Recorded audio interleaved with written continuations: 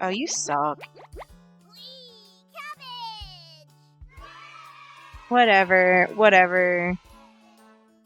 Poopy, stinky, horrible. I tried. Well, there it is.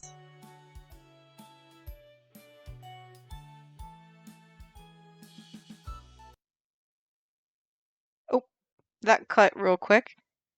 Warning, this game is not suitable for children or those who are easily disturbed. Please read this carefully. That'd be really cool if they had something hidden in here once you say that.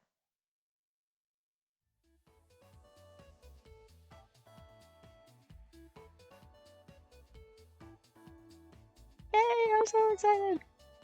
That walk was brutal, but this cabin is amazing. Full kitchen, running water, it literally has everything. Finally, a place I can read a good book in peace. I hate that squirrel. I hate it so much.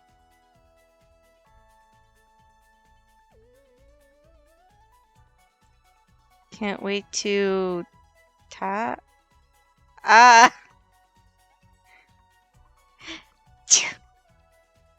I'm sorry, everyone. It must be the dust. Get those allergies under control, Mariah. Should I do different voices for them? Can I do different voices for them? Like, physically, is this a choice I should make? Don't worry, guys. I'm sure with a little elbow grease, we can make this cabin shine! So, are you volunteering to clean, Gregor? No. Not many supplies here. Guess we'll have to go out to get what we need. There's a fireplace for making stew, so let's gather up some firewood, okay? Leave that to me, little guy. I'll tidy up around the cabin. Need to save Mariah from dying due to this dust. Hey! Allergies are nothing to joke about, Karen. She's not dead yet, Pipsqueak. Calm down. Thanks, Anatoly. I think I'll go foraging outside. With over 450 mosses, 900 fungi, and 70 slime molds, there's bound to be treasure up here. How does he know offhand? Oh, that art's really cute. Gregor kind of fun. to be honest, I think I like the look of Gregor the least out of everyone. Not to say I don't like him, but out of everybody, roughing it is fun. Anatoly knows so much about edible foods. We're in good hands. Anatoly's got the hookup for edibles. I got it. I think the slime molds will be the most delicious. Most certainly not. What about the fungi? Do you even know which ones are poisonous, Anatoly? I could figure that out. You can be the canary in the coal mine, Anatoly. I'm not ending up a corpse here. Spoilers! Eek! Keep both eyes open, little guy. Plenty of wolves and brown bears around. Oh, I love wolves and brown bears. They won't be a problem. I read up on 10 different techniques to incapacitate them. Fucking nerd. I love him. Number 1 is... Anatoly! Oh, yeah. Sorry, Mariah. Got carried away again. I'll help Anatoly look for food. I'm definitely better at warding off wild animals. See, what you do is you pee on things so that they know that it belongs to you, and then they won't bother you. If we come up empty-handed, we can always eat some of the food we've brought. You mean the emergency rations? Oh, Chopper! Bad idea, chump. Oh, I like that art too! Hey, Anatoly and Mariah are getting the food. Gregor is gathering the firewood. That makes you our designated chef. Me? Everyone's looking at you expectantly. You nod. Mm-hmm. Call me Blackleg. Very excited to try your cooking. Y'all even know who I am? Alright, everyone. Let's go to work while there's still sunlight. Later. Johnny! Oh, Jesus Christ! Mariah. Anatoly. Gregor. Oh, that's it. The three exit the cabin, leaving you and Karen alone. I think Anatoly put the supplies in the kitchen. Thanks for helping out with the cooking. Tutorial. To save the game, right-click or hit the escape button. Cool. Menu will also allow you to adjust volume levels in-game. Nifty. I don't have to go all the way back to the beginning.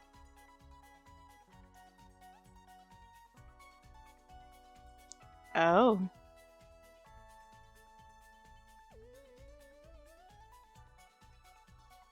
Ah. You. Back to game. Oh, there's a lot. What does this do? Oh. Quick save. Cool. Do you have any experience making meals? Yeah. Butter them up! Of course, probably not. I'm extremely lazy. Say nothing. I'll be a stoic protagonist. Hey, don't look at me like that.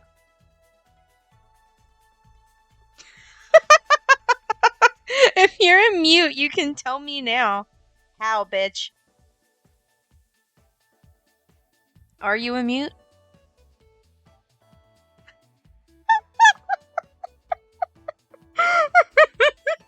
Just imagine someone being like, hey, are you a mute? And then, no matter what, you give the answer. Verbally. I want to say yes, because I feel like I'd be saying yes. Yeah, no shit! You're pretty bad at lying.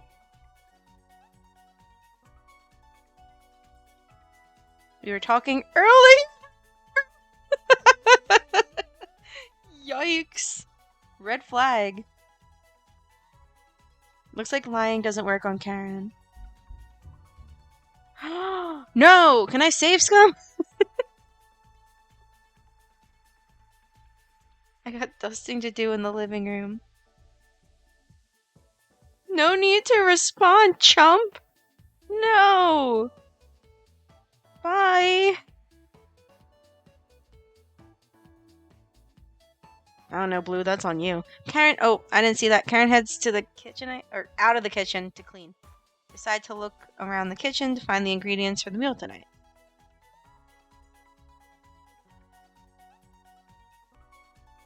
Tutorial! You never know what you'll find around the cabin. Clues and secrets may be revealed by searching an area more than once. Why not give it a try? What area do you want to search first? Ooh. I like the look of that wood pile. No, the drawer's probably the easiest. No. I'll do the wood pile. There's nothing but cobwebs back here. Thankfully, no spiders. What do you mean, thankfully? That's protein. Cupboards?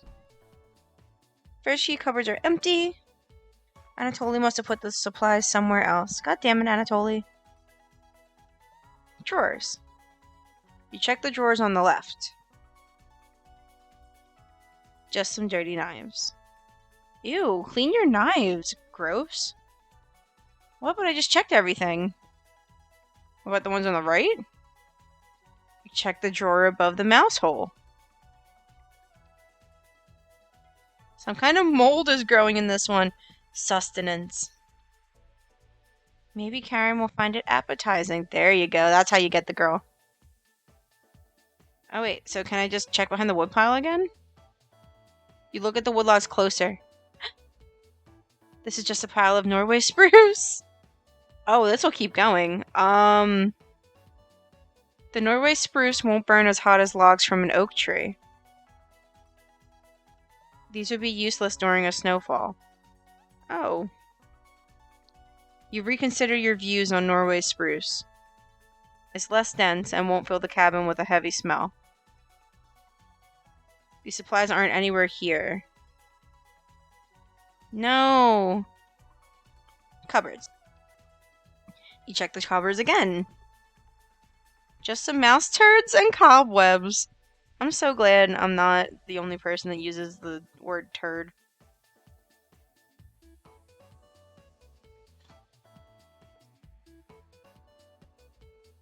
You check the cupboard underneath the sink. You found a dead mouse! Oh my god! He can drop me a beat! This would be a great gift to give to Karen! What am I, a dog? Or a cat? You added the dead mouse to your inventory! Righteous. You put the dead mouse back in the cupboard! Karen's not ready for the dead mouse yet. No, she won't appreciate it, bro. Don't waste your time on her. Give it to a true bro like Anatoly. He'd love it. Can I take it back? You notice the letter L engraved in the left side of the cupboard. What a fitting gravestone for the mouse. Quick, we need to name the mouse. Or is it just L? Is the mouse's name L? We can name the mouse L. I'm going to continue on if you guys come up with a name for this mouse. You notice? Oh, okay. Joe is not an L! It's backwards. Drawer. You check the drawer above the woodpile. Something is making it difficult to open. You pull it open with all your might. Joe, okay. Cabbage! Yay! It's time! Joe is good. Chompets, sound off! Never fear, Onion is here. Oh, Jesus! Like my cousin Cornbread says, I'll rise to the occasion. I love bread. Always merry raspberry! Potato. Cabbage stuffed me into this drawer. I'm pretty sure this counts as kidnapping! Yay!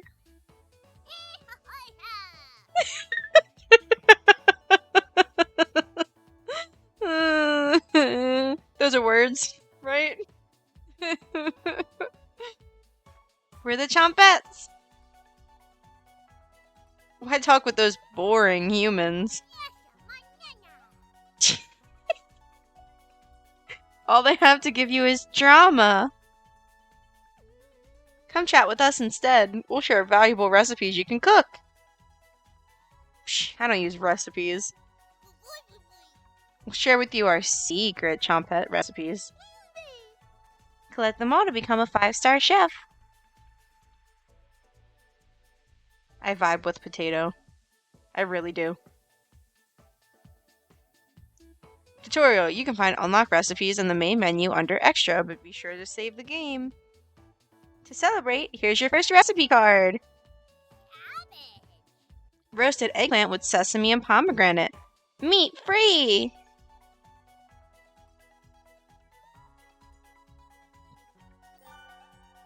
You unlocked your first recipe.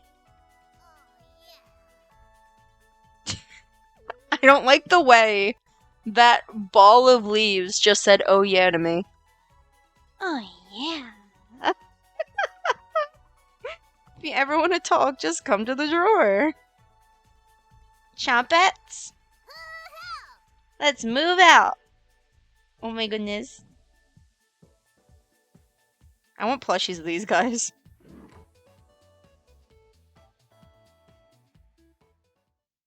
Cabbage rudely slams the drawer closed. Excuse me, ma'am. You wonder if what you just saw was real. You're slightly worried about what this means for your mental state. You'll be fine. But only slightly. There we go. Oh, she's back. Have you forgiven me yet? Do you want the dead mouse? We named him LeJoe. He was put in his grave, but if you really want him, I can take him out. It doesn't take that much effort. Hey. Did you find the supplies? You shake your head. Anatoly lied. He actually put them in the bedroom. Oh, yeah? Are you going to apologize to me now? For being a bitch? Idiot. I guess that's a no. Here you go. You got the emergency supplies. Karen leaves you alone. You start a fire with some of the wood and get to work on cooking dinner. Tonight's entree, vegetable stew. Ooh, stew. In a large saucepan over medium heat, you heat some water with potatoes, carrots, and celery. 15 minutes later, you drain the pan and set the vegetables aside. Placing some butter in the saucepan, you melt it over medium heat. Throwing some chopped onions in, you cook it about 10 minutes. The onions are tender and translucent. Perfect. You next mix in some flour, salt, pepper, and heavy cream into the saucepan, adding the vegetables into the mixture. Hours pass. Oh, you're slow. Low and slow going. Low and slow boiling it. There we go. I can word. Ooh, why don't you go outside? We're back. More firewood than you'll ever need. Oh, thank you. Is it Norwegian spruce? Was it? Because I have a love-hate relationship with that. We found some weird sorrel? Sorrel? Wild? What the fuck? Wild? What is that? Lemony or sharp apple taste. Ooh. A bigger bounty.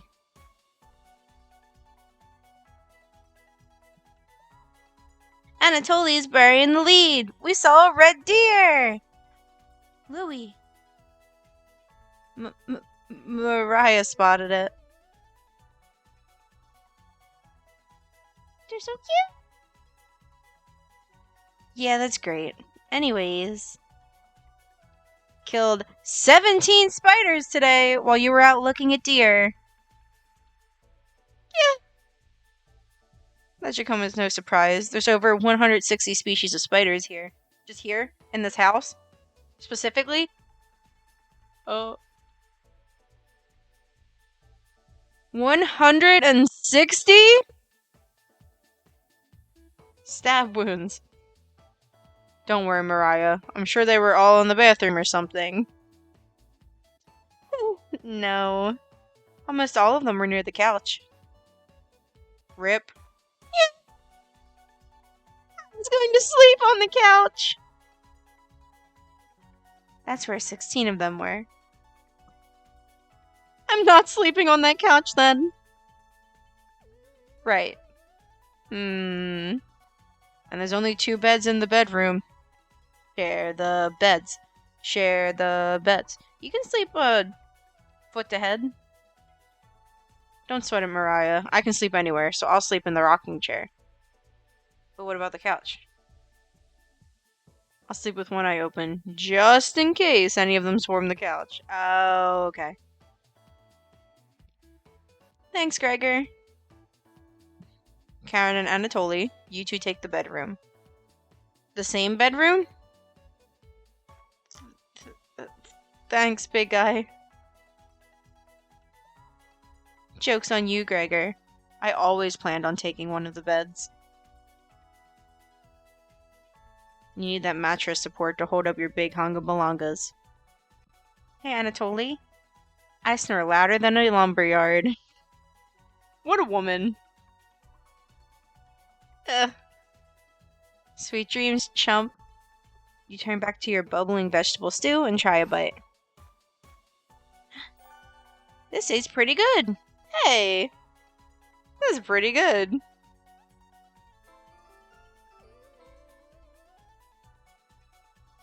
You cooked vegetable stew. You set the table and ask everyone to dig in.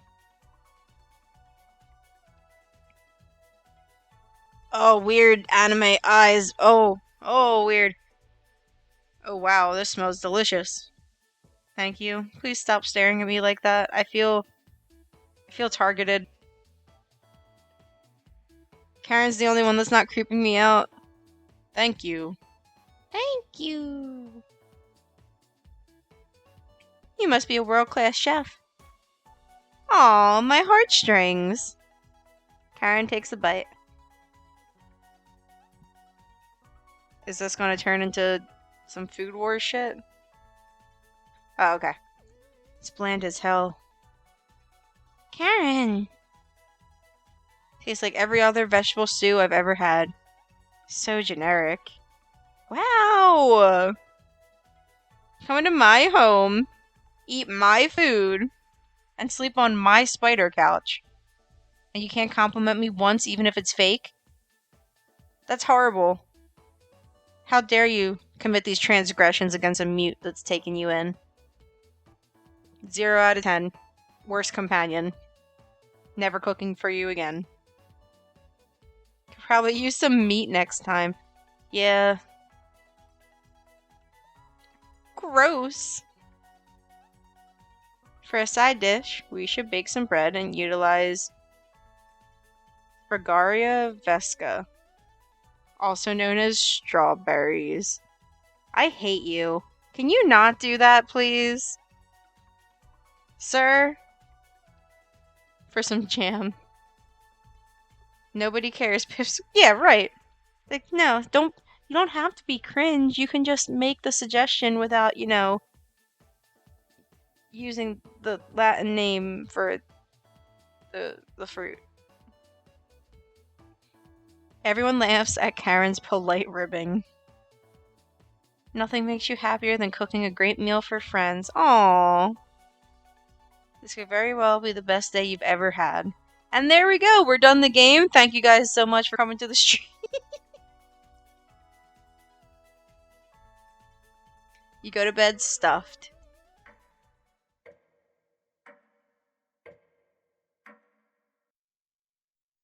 Day 1. Oh, that was day 0. Doesn't even count.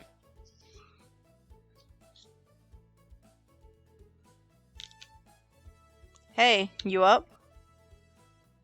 How'd you sleep? I was so warm last night, I didn't even need a blanket. What time is it? About 1 hour until dawn. Why'd you do that to the poor girl? Will you two pipe down? I'm trying to sleep over here. Gregor, go back to sleep.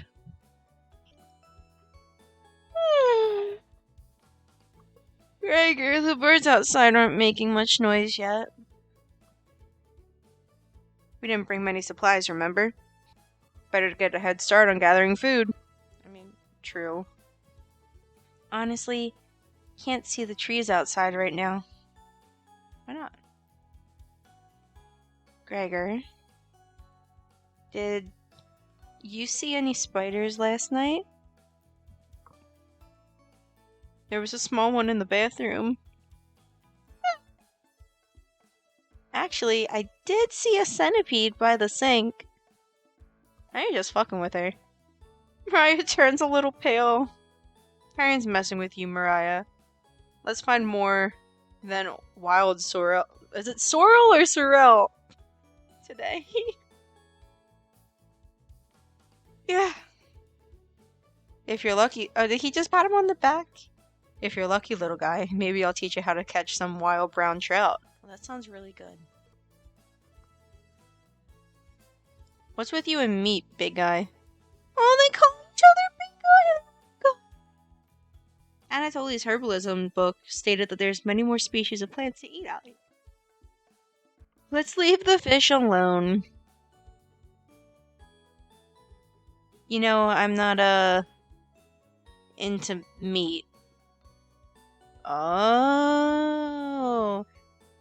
Then by proxy, wouldn't you be into fish? That's a shame. I'd wake up early to go fishing.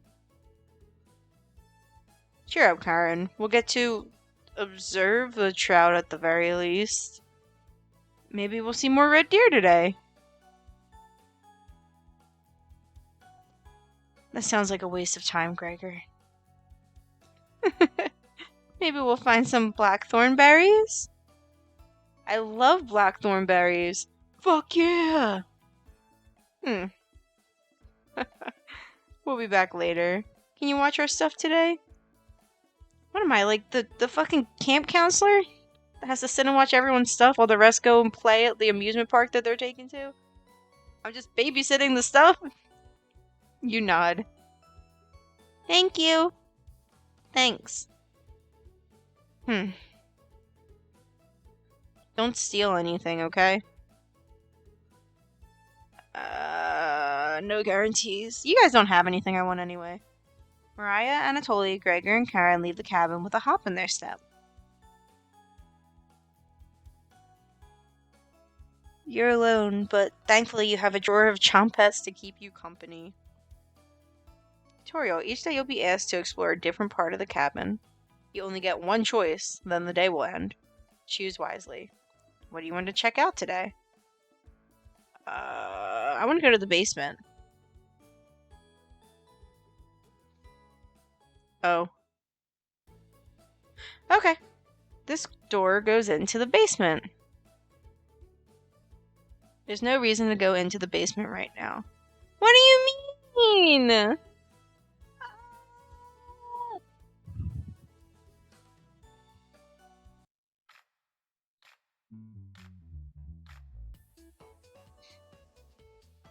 We're back.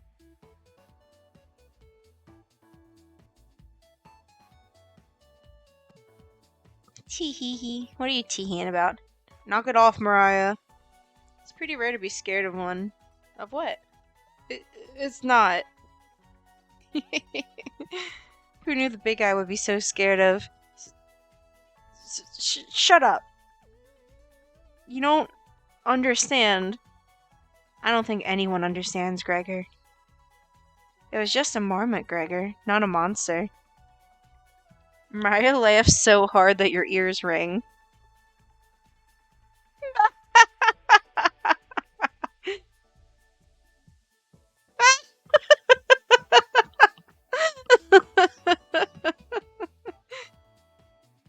Oh my god!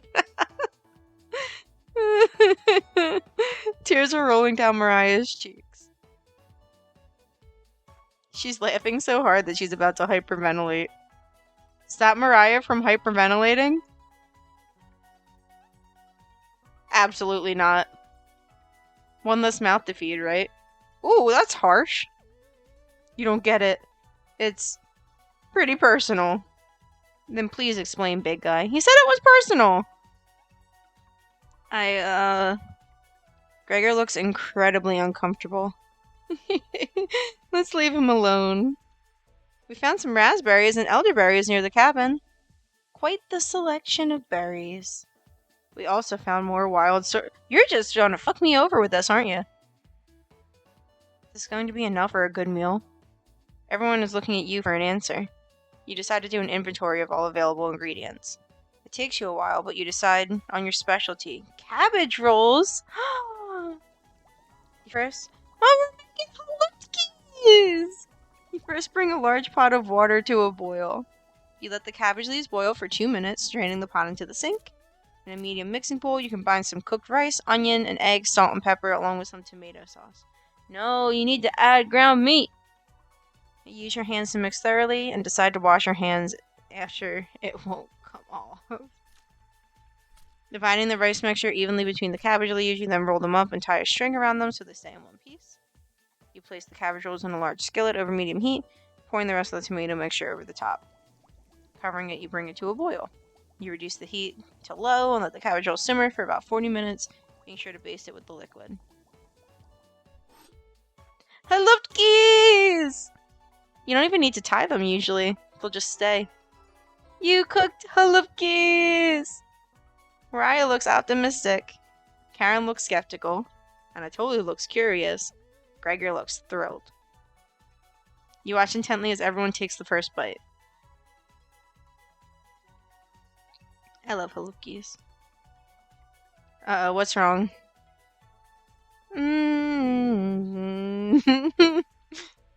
That's pretty darn good.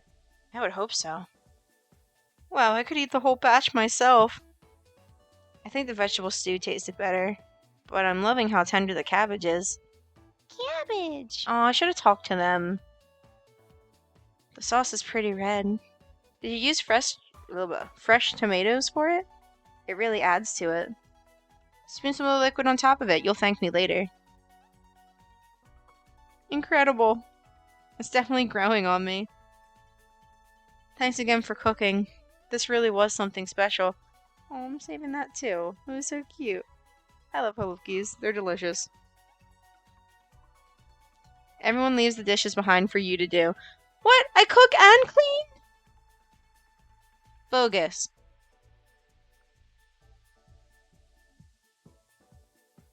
Not happening. Right. You settle in and go to bed. They got to have fun fishing. Everyone goes to bed full. Tomorrow will be another great day. Correct. Day 2.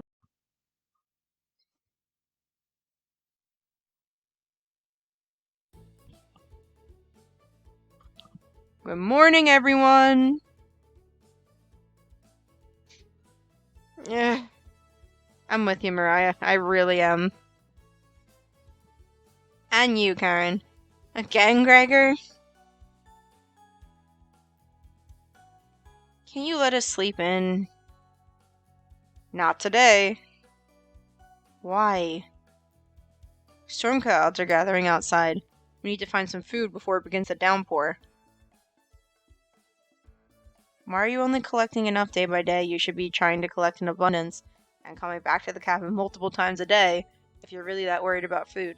If you're waking up that early and going out and scavenging for food, okay. Alright. Even if one person doesn't eat meat, you can still get meat for the rest of the people. That'll cut down on the food shortage real quick if you hunt the red deer. Or if you got the trout and then you tried to dry them or salt them or... I don't know. Gregor, you're overreacting. We have enough food to last us a while. How long's a while? Enough food. I thought we used most of the supplies for last night's dinner. He's right. The meal you made was delicious, but I clicked it so I can't go back. Gregor's also correct.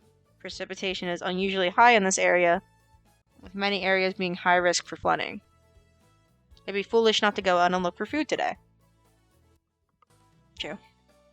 You really think it'll flood? Thankfully, the cabin is on high ground, but that doesn't mean we're safe from floodwaters.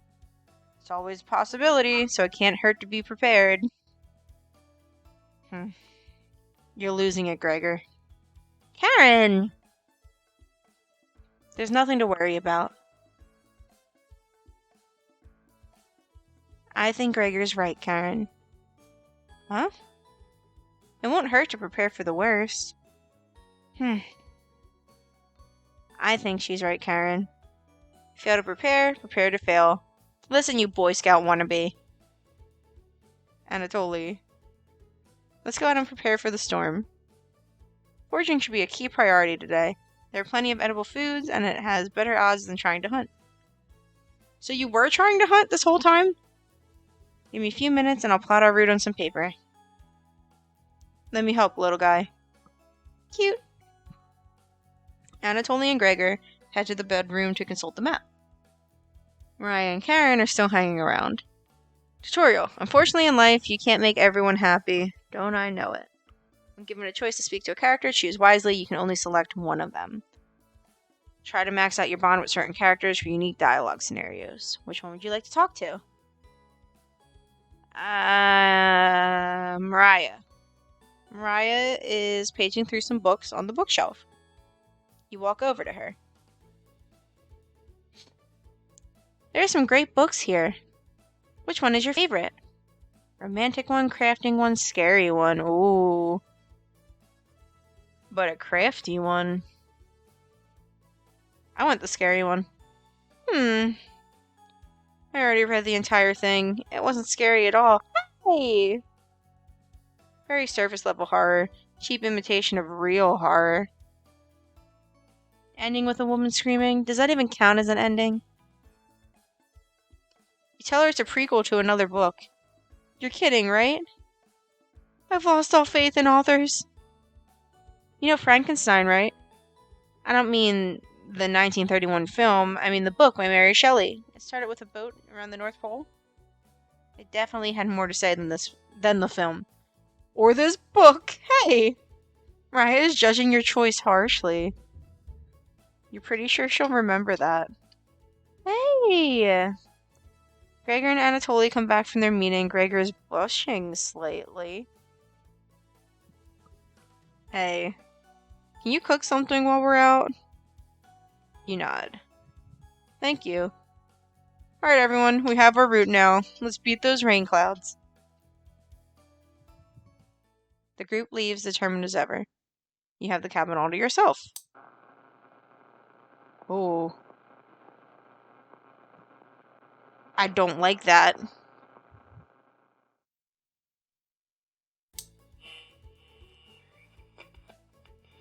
Huh? Radio? What's going on with that radio? You didn't even notice it on the ground when you walked in. Did somebody leave this radio here? It looks newer than anything you've seen before. Seems to be broken. Better hold on to this. You got the strange radio. Before you cook dinner, what should you check out? Kitchen, bedroom, basement, bathroom.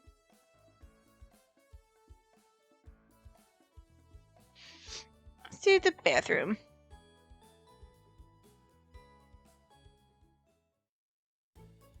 You remember an old tale about a child who said a killer's name 3 times in the mirror.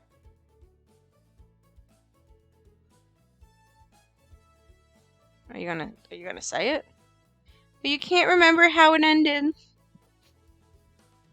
You're too frightened to even try it. You leave the bathroom a little more scared than when you entered. Oh no. Mariah's back early today. Hey. The others are still looking for food outside. Anatoly found some more berries, but nothing that will feed all of us. Please don't tell the others. But I'm a little worried about our supplies. I crunched the numbers and we don't have enough food, even with rationing, to last if there's a big storm and we get stuck here. Mariah seems disappointed in your inventory management. Mine? Can you try cooking with less this evening? You nod. Thank you. You've done such a great job with meals so far. You're very sweet. Is Mariah blushing a little bit? Aww. Mariah will remember that. Ooh. Your relationship is stronger. Maybe you can teach me to cook sometime. Yes.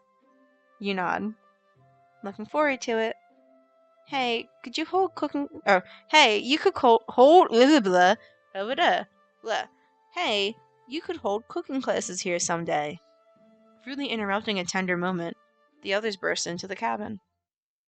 Rude! Don't be so down, everyone. You got tons of good berries. Yeah, but berries don't really go that far. Jam is so bland without any sugar. Do you have any sugar? You shake your head sadly.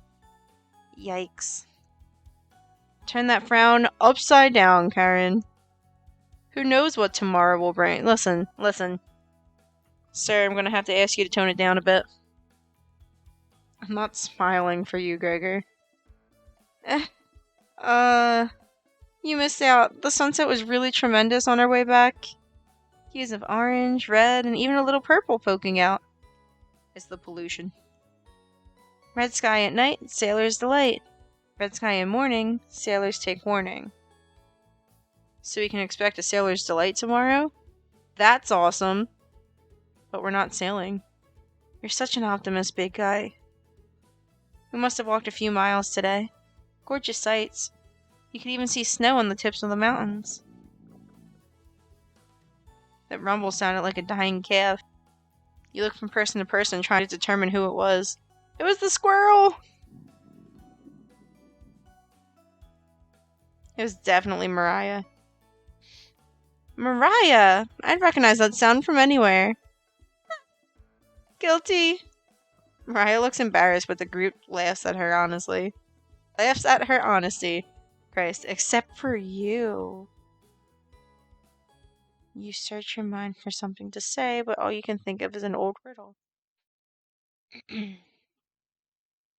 Those who have it do not want. Oh. Those who have it least succeed. Those who have it for too long perish.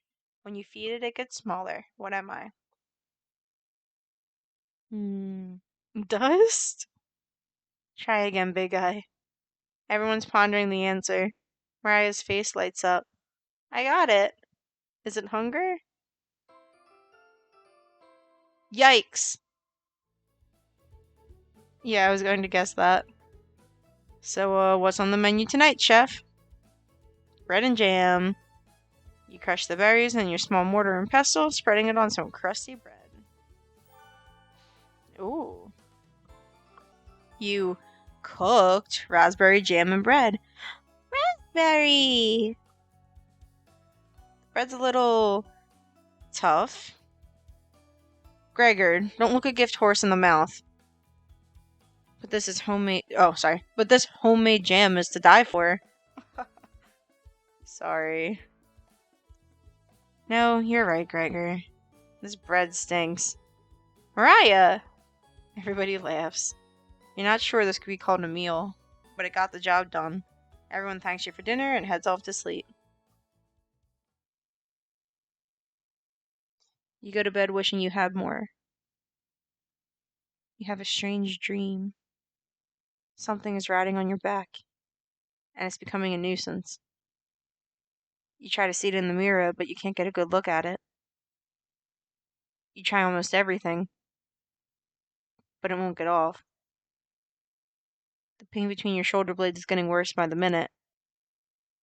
You wander away from the cabin, stumbling by a river to soak your pain in cool water. You didn't want things to come to this, but you've exhausted all other options. You swim out to the middle. Rocks on the bottom cut your feet. You slip and fall on your knees. You lean back, trying to submerge the thing underneath the waters, but it won't drown. It won't drown. It won't drown. You splash frantically, plunging your head beneath the water. The current takes you downstream. You try swimming to the shore, but it's no use. Water fills your mouth and nostrils. After a minute, you stop struggling against the current. As you gaze up at the sky, you feel it leaving your back, drifting into the sky as you sink to the bottom. As you take your last gasp, you see it was on your back staring into your eyes. But you don't even have the air in your lungs to scream. You wake in a cold sweat. Oh, Jesus, fuck, what was that?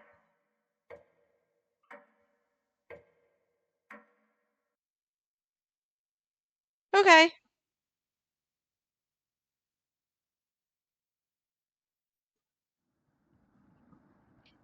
Wake up. Ooh, rain sounds. Sorry, you were making strange noises in your sleep. What's going on, Gregor? Did the lightning wake you up? It woke me up. Tried to fall back asleep, but it's so loud. Let's just get back to sleep and talk about this in the morning. Everyone nods in agreement and gets back to bed.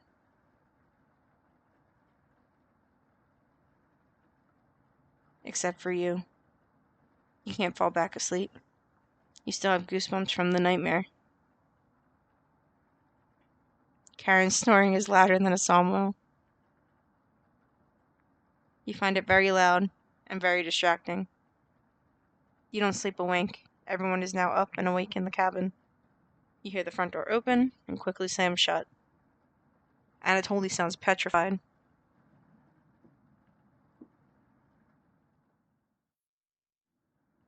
I looked out the door and we're completely surrounded by floodwaters. Looks like sailors take mourning was more appropriate for today.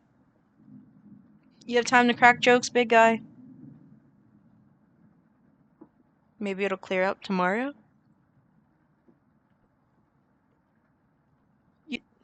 You can't steal a big guy's optimism, Karen. Why the hell not? That's all he has going for him. He's also good at chopping wood, though. Oh yeah, what a compliment. Knock it off, you two. Mariah, do you think it'll clear up tomorrow? I give it a 27% chance of it clearing up tomorrow. Based on what? I was bored stiff, so I read a book on local precipitation levels for the last 20 years in the living room. What a nerd.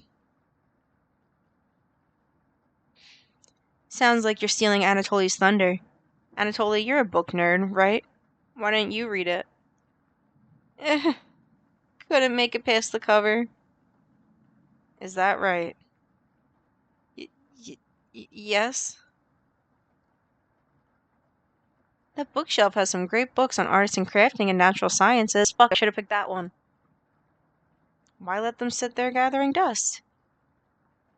How did you arrive at 27% chance of it clearing up tomorrow? But she's also a nerd. It's easy. Take the time of the year, multiply it by a factor of... Mariah begins to explain meteorology to you. She isn't dumbing any of this down. It's similar to...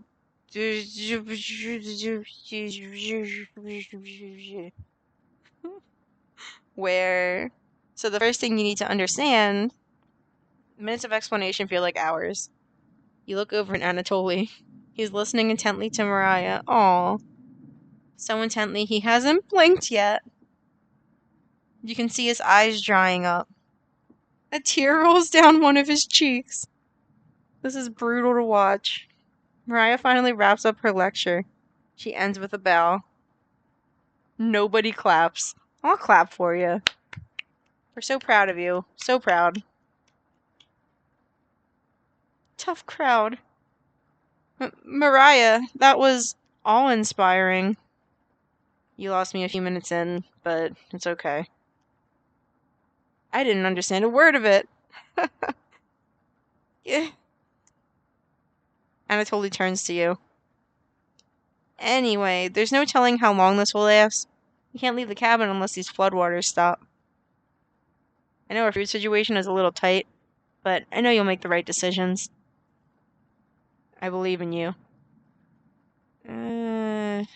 Me too. Oh no.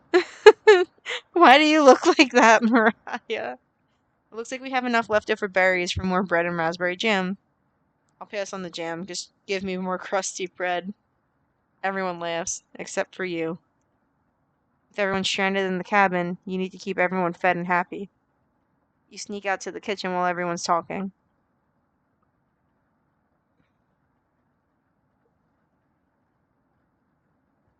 You get out some crusty bread and get to work on making some more jam. With the kitchen to yourself, you decide to check on the chompettes. Hello! You're so cute. Don't worry, as leader of the chompettes, I'll make sure none of the humans know about us. That big guy would try eating me like an apple, so definitely don't tell them about us. Are your plans going awry? Ha ha ha. That's so cute. Got another cornbread classic for you. Did you hear about the bread maker's bakery burning down? No. Her business is now toast. I'm so proud of you. That one's been done to death. Do you know how raspberry and milk were introduced? You tell her no. Raspberry! Oh, raspberry, milk, shake. You let out an audible groan. Did cornbread teach you that one? Nope. Wasted an entire day thinking about that terrible pun. Proud of you too.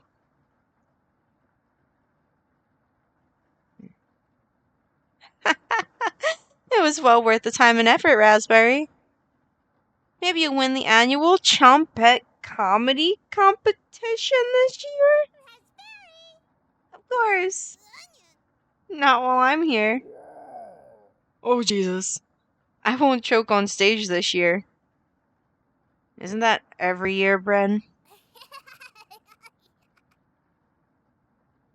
We still talk about that closing line, Bread.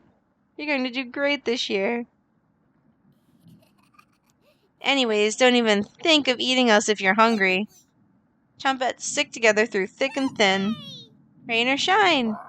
Feast and famine. Potato, I swear to God, repeat the line or we're locking you up again.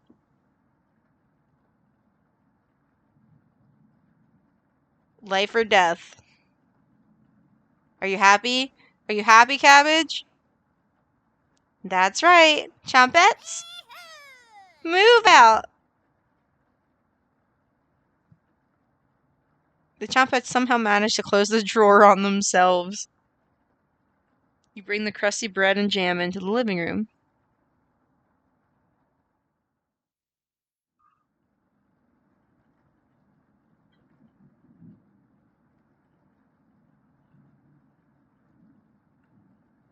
Karen interrupts you as you bring in the food.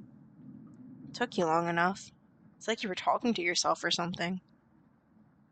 Karen looks at the 2 slices of bread left at and the mason jar of raspberry jam. There's mold on these last 2 slices of bread.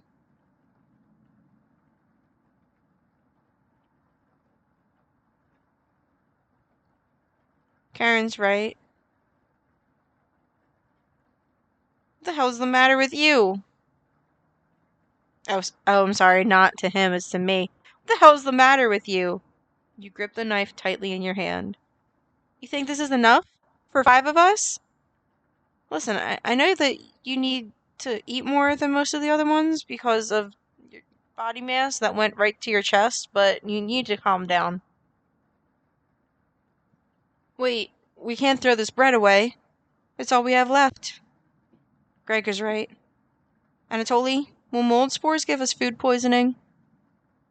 I'm, no scientist. Sorry. Let's pick off as much mold as we can. We can't leave with the floodwaters, this will have to last us another day. Everyone grimly nods, ripping apart their piece like a pack of wolves. Gregor seems to unhinge his jaw and eat it in one bite. That's scary. He looks like a duck eating bread. Thanks again. Bread and jam isn't much of a meal, but it's more than we had when we left Ukraine. Plenty of rainwater outside, so at least we won't die of dehydration? I mean, that's a good way to think. But until this storm is over, nobody should leave the cabin. Should clear up if we just give it a chance. Anatoly, where are you getting that information from? One of the books on the bookshelf about the climate here? You're illiterate, so I clicked it. I've seen him reading. Little guy's been studying. I'm serious. He pretends to read those books because he wants us to think he's smart, but I can tell he's just staring at the page, faking it. What do you think? Anatoly doesn't know his weather conditions from a hole in the ground. Karen's correct. Anatoly can read. I saw it with my own 2 eyes. I trust him. You must be going blind then. Yeah. Thanks. I don't know why Karen would make something up like that about me. You aren't fooling anyone, Anatoly. Karen has stormed off. Thanks for backing me up. With who? All of them? Oh, just Gregor? Good to have someone so positive around. Anatoly looks relieved. You think he'll remember that? Like a telltale game. Guess let's call it a day. Yeah, sure. Everyone shuffles off to their sleeping areas. 10 minutes later. Hey, Karen likes to find somebody's weakness and use it against them when she's frustrated. Just wanted to thank you for backing me up earlier. You're very sweet to do that. Oh, oh! Anatoly looks at you with a look of admiration. See you tomorrow. Anatoly looks like he's blushing as he walks away. Oh, you're definitely sure Anatoly will remember that. Yay!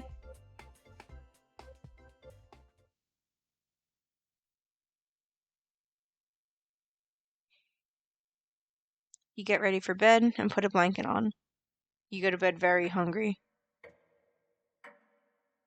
Day 4!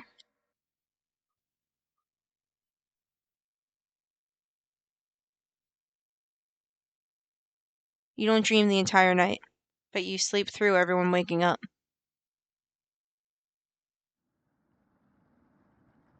And that's how fast a deer could run if startled. Whoa! Incredible. Impressive.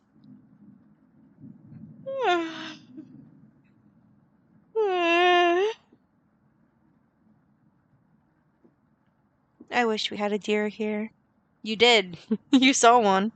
But the food getting lower. Let's just skip today's meal.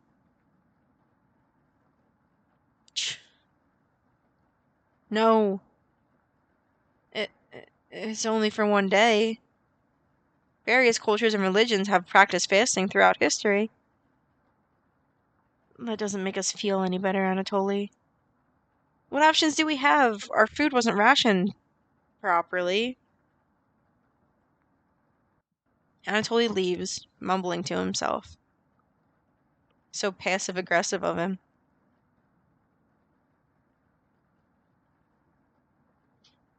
Everyone goes to a separate area.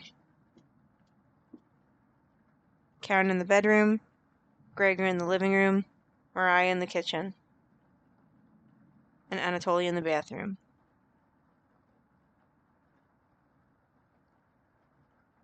Who do you want to speak to? Who do I want to speak to? I don't know. I kind of wanted to speak to Mariah again, but I've been doing good with Anatoly. To Anatoly.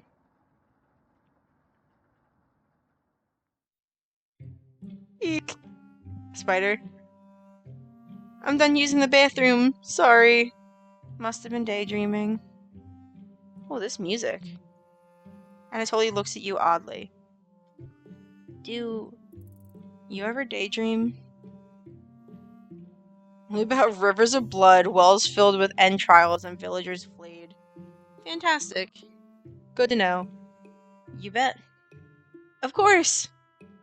It's a natural way to fill the gaps of boredom. And what do you daydream about? Cooking? You nod. Yeah, I thought so. I can tell that you have a history with cooking. So, you can tell Anatoly is struggling with small talk. What's the best thing you've ever cooked? Oh, a feast for a queen? A vegetable stew from earlier, children? Oh, a feast fit for a queen. I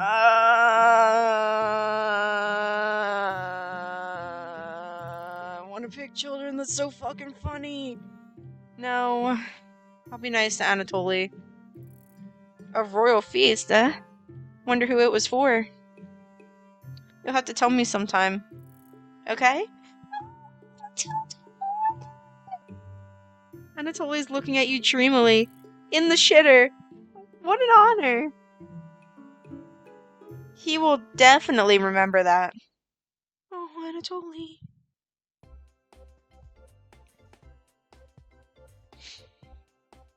Our relationship is stronger. Later. Oh, that's so cute. You decide to head back to the others.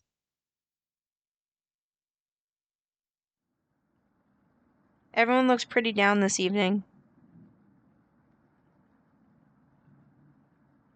Wish the rain would just stop. Oof. You're all doing great. We must be almost to the end of this nightmare. Oh, Gregor looks so sad. I'm so hungry. Me too. You are too.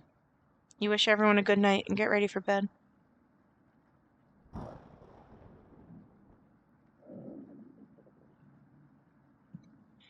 You go to bed with a growling stomach.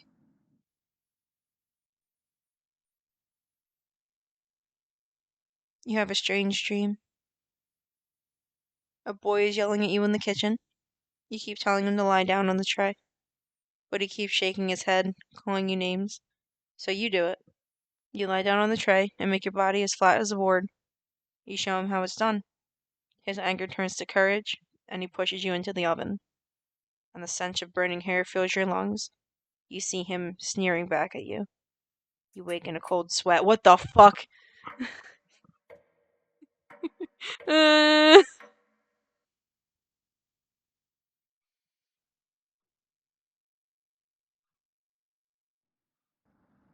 Everyone seems to be sleeping in later than normal. Their stomachs must have kept them awake all night. The rain is still pouring outside, and you can barely make out the trees from the windows. You hear stirring of blankets, arms, and legs. Mariah looks petrified.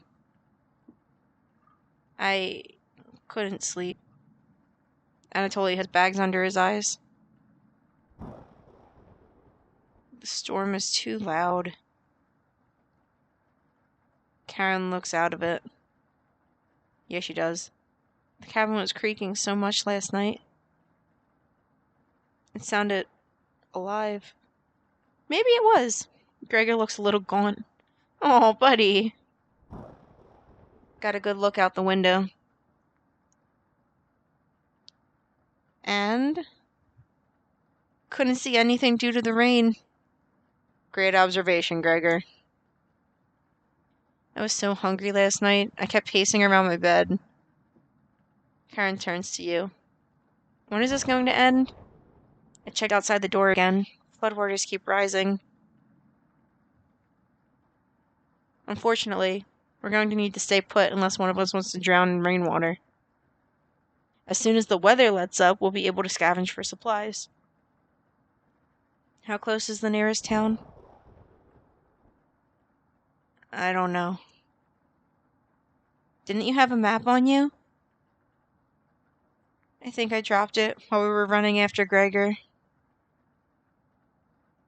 I'm sure it'll show up eventually. I don't think that's how it works in rainwater, buddy. Mariah and Anatoly go white as a sheet. How are we going to find our way back now? We'll have to ride out the storm. Mariah looks at you. We're down to our last slice of bread. I don't know how much longer we can put off eating. The group stares at you. It'll clear up in no time. Maybe you're right. The group looks worried. They all gravitate to an area. Cool. You can tell Gregor's putting on fake optimism, and Mariah's having trouble. Which one do you want to speak with today? I'll try Mariah. Oh, Jesus. Brr. It's cold as hell over here. I'm surprised Gregor isn't freezing to death at night. How does he do it? You explain to Mariah how the size of a person and fat content determine how warm they are naturally. Yeah. Wish I was as big as Gregor. But to be honest, I don't need to be that tall to make a difference in the world. Do you know what he wanted to do for a career? Mariah does her best Gregor impression. Split firewood and gaze at the stars! Cute. How boring is that? Depends on the person, but yeah, pretty boring. You're so funny. Thanks for coming in and chatting with me. Mariah blushes a little. You make it easier to pass the time. Thank you. You're pretty sure Mariah will remember that. Oh, I'm only at 2? Boo! You thank her and leave the bedroom. More like leaving the bread room, because it's the room that has our last piece of bread now. You call everyone together. They look grim. You could cut the tension in the room with a knife. Or the people. Everyone's staring at you. They're expecting that last piece of bread for dinner. You bring it out. Everyone cannot take their eyes off it. You instruct everyone to take a pinch. And slowly all 5 of you tear it apart like a wishbone. Everyone studies their piece of bread carefully, wondering how long it'll last. Karen is the first to eat hers. She chews each bite a few 100 times before swallowing. Anatoly chews it cautiously, opening his mouth once he finishes each bite. Mariah nibbles on it silently, eyes wide, moving from person to person. And Gregor just pops it in his mouth like a cherry. Good man. It was gone in an instant. Oopsies. The group thanks you awkwardly. It's not much, but you've run out of options. You wish everyone a good night and get ready for bed. You go to bed starving.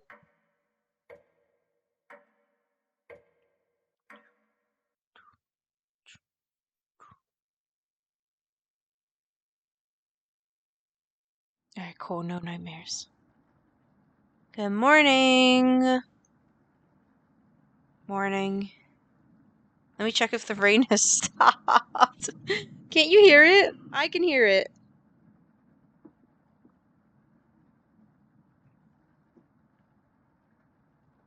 It's still flooding. No shit. What are we going to do? Humans can live about 2 to 3 weeks without food. Water isn't a concern. Rainfall should end in a day or 2, right? Actually, precipitation can occur more than 215 days a year here. But do you really think it will rain that long? Anatoly, it's been days already. What makes you think it'll stop soon? Ugh. Relax, everyone. Let's see how long we can ride this out. Fingers crossed it's done by tomorrow. Panic is slowly creeping in. Everyone's looking scared. But you need to survive. Truth. Karen and Gregor begin to discuss next options. Do you want to speak with Mariah in the kitchen or Anatoly in the living room? Oh, I really want to speak to Anatoly. Oh my god, think instead about everything you've done wrong and how you've doomed everyone.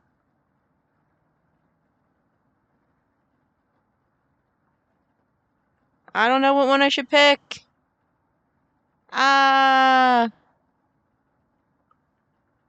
that's a good choice. I should continue going with Anatoly.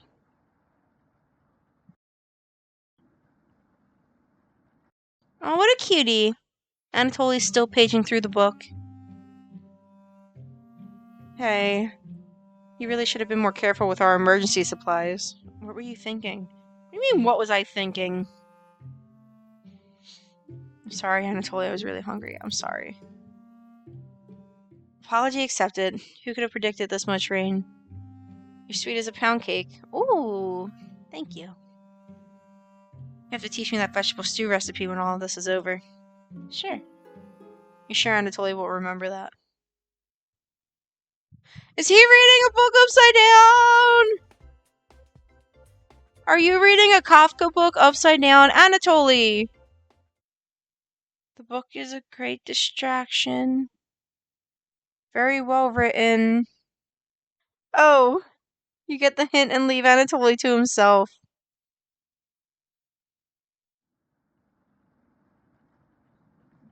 I don't think any of us can take this much longer.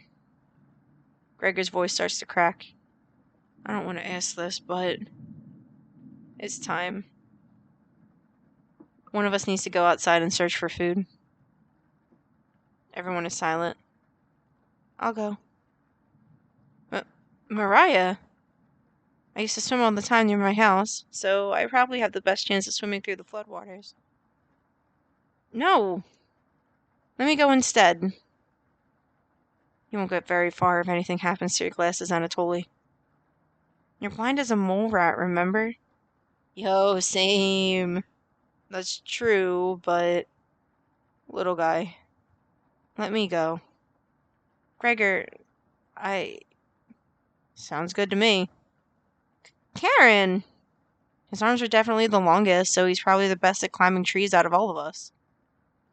No, that wouldn't be right. Gregor, let me go instead. I get that none of these options are good ones. But we need to find food, or help. Gregor grabs a branch from the woodpile. He cuts it into different measurements. Since we can't come to a consensus, let's draw for it. We'll each pick one from my hand, and the shortest will go outside to search for food. That's fair. You're not worried about drawing. You saw Gregor cut the branch lengths, so you can tell which is the biggest one of the bunch.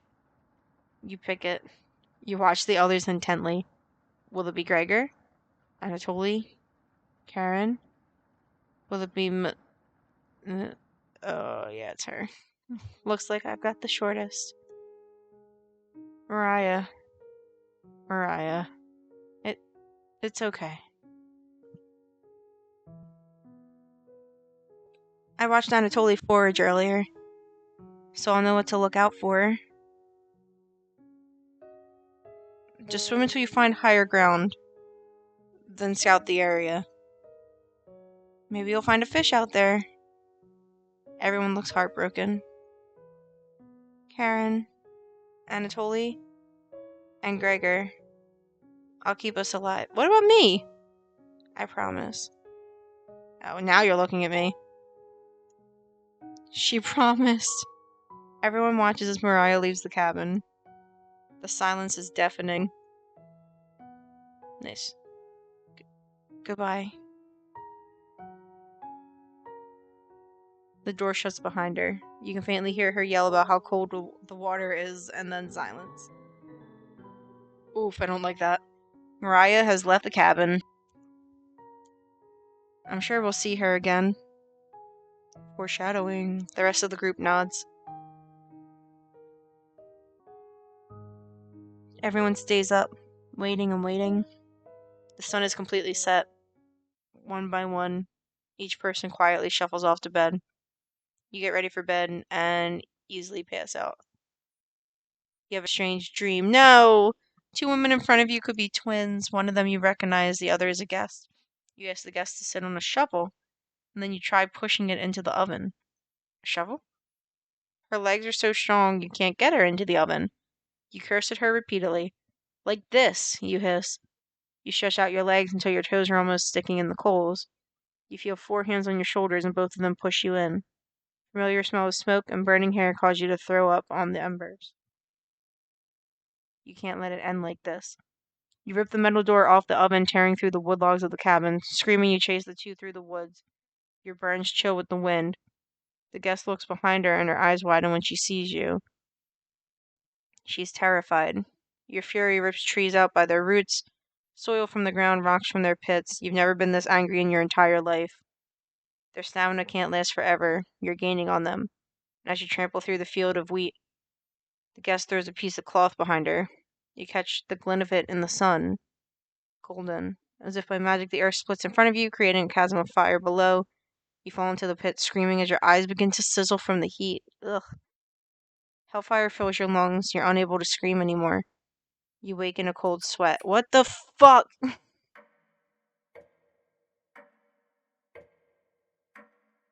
Day 7.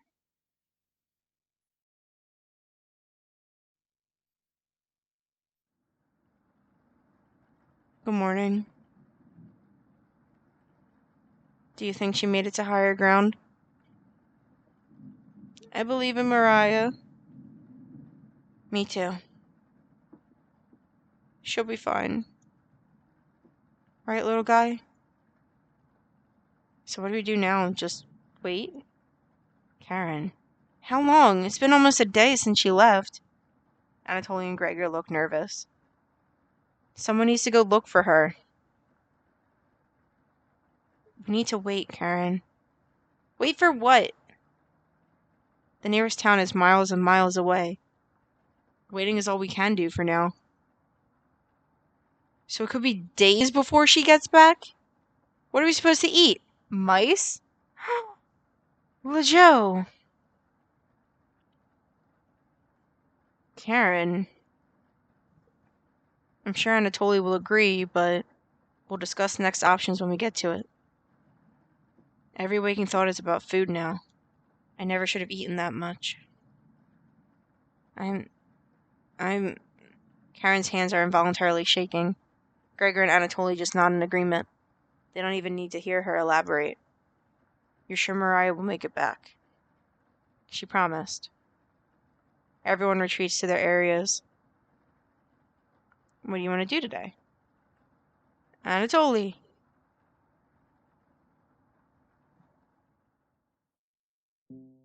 Hey. The kitchen definitely doesn't feel the same without Mariah. Why? What the fuck did she do in the kitchen? Her laugh, her smile, her not cooking. I never got to tell her how I felt about her. She'll be back, right? You nod. Yeah. I wish we had rationed better. Oh, now it's we? And it's not just me? You're not just blaming me for rationing the food? Okay. Just making sure. You decide to distract Anatoly from his misery with an old story. There was once a villager who had stock up supplies for winter. He filled his house with a cow, a sack of grains from the field, and 92 buckets of water, mostly for the cow. He quickly ran out of room as his house wasn't very big. One day the villager grew sick. He knew he needed the life-giving milk from the cow to survive the winter. But when he attempted to milk the cow, his grip was too weak to grasp the udders. In desperation, he began to boil the grains using his buckets of water. The cow cried out for food, but the villager could only afford to feed himself. Each night, the cries of the cows kept him awake. Oh, until one day, he finally ran out of food. The villager crawled into the bed, crying as the snow deepened outside. The cow's sad eyes stared at him. He wanted to comfort the cow, but he couldn't step over the buckets. Oh no! He was too weak, too sick. The last thing he heard was the cow still crying out for food. One haunting noise to end his life. How is that a good story?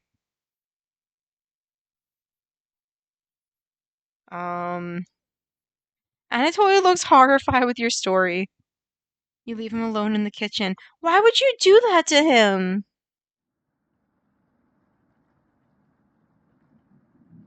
I can't stop thinking about that vegetable stew. I'd be fine with the bread and jam. I'd be fine with just the strawberries. Nobody else laughs. I would kill for some vegetables right about now. You would too. I'm gonna try to get some sleep. Good night. Night. You fall asleep quickly, but you only dream about desecrating a corpse. You wake in a cold sweat. In a completely different room. Okay, cool. Day 7.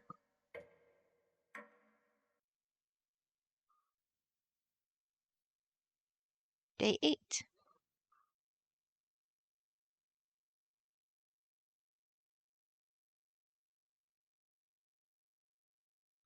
Good morning. Karen's looking worse.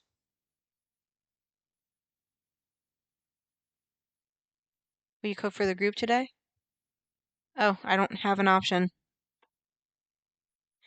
Wow! Wagyu beef! You take out a cutlet of meat and begin to cook it in the oven. You cooked meat.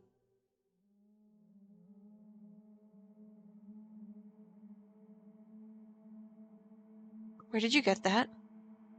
You ignore Karen's question. What's that smell? Gregor finally gets off the couch. Where did you... The three are looking at you, salivating. You take the charred meat out of the oven, cutting into small cutlets. They immediately grab some off the plate, chewing ferociously. You take a piece and immediately devour it. Do you have any more of this? You explain how the meat is stored securely, hidden so you can ration better this time. I understand. Thank you.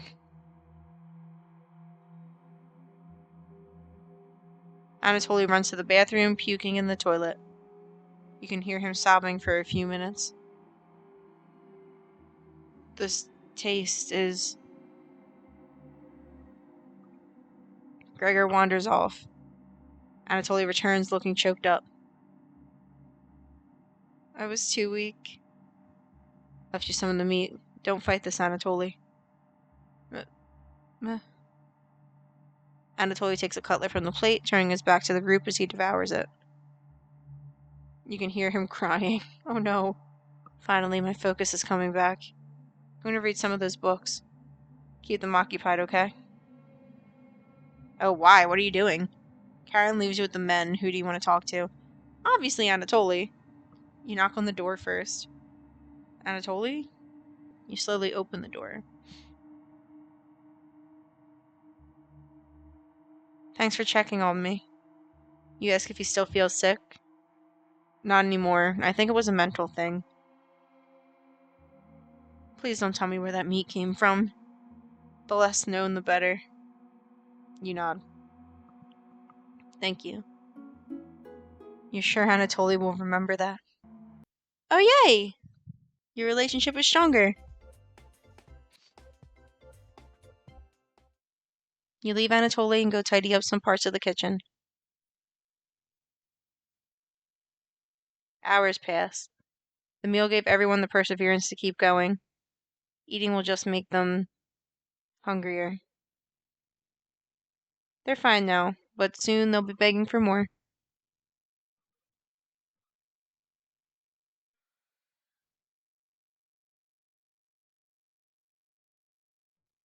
We've waited long enough.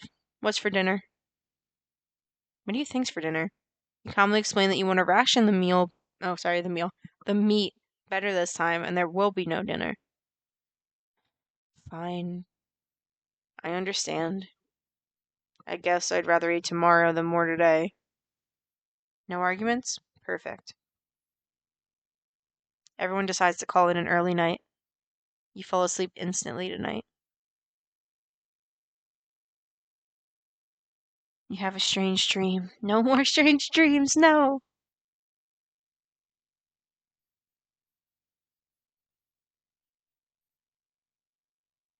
You're having dinner with a blacksmith? But he's not touching his food. The only light in the room comes from the oven. He clears his throat, stroking his beard. I can forge anything, he says. Your eye has been giving you issues lately, so you reply, Forge me a new eye, then. You laugh. But then the ropes come out. He ties you to your chair with a long rope to prevent you from struggling. You rip the rope apart without even trying, so the blacksmith uses a thicker rope. No turning back now. He takes a hot poker out of the coals, holding it in front of his face. You can see his beard and eyes watching you. He slowly brings back the poker, aiming carefully for your eye, before plunging it through your skull with a sickening crunch. The force of the blow throws you backwards a few feet. You're unable to break the ropes. You vomit all over your chest, and the smell of your decimated eye floods your nostrils. The blacksmith stands over you. Spitting on your body? What did I do? You wake in a cold sweat. Okay.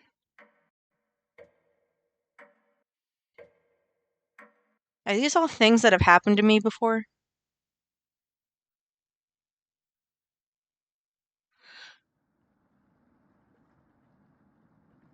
You wake up to see Gregor looking out the window. He turns to you, not smiling. Take a look out the window. Do you notice anything?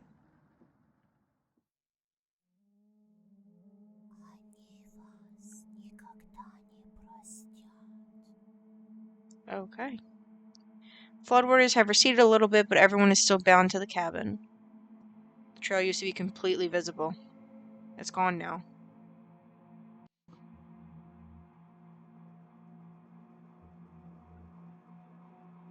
Good morning, big guy. Will Mariah make it back? This might sound a little crazy, but every night around 2 a.m., I can hear her outside. She makes this awful gurgling noise, like she's trying to get water out of her lungs. Have you heard her, Gregor? Sometimes when the rain gets faint, I think I can hear her whispering. I haven't heard anything like that. You go.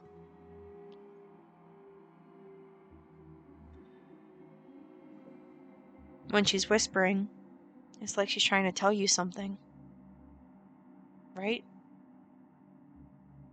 Yes. Oh, Jesus Christ, that's fucking creepy. Okay.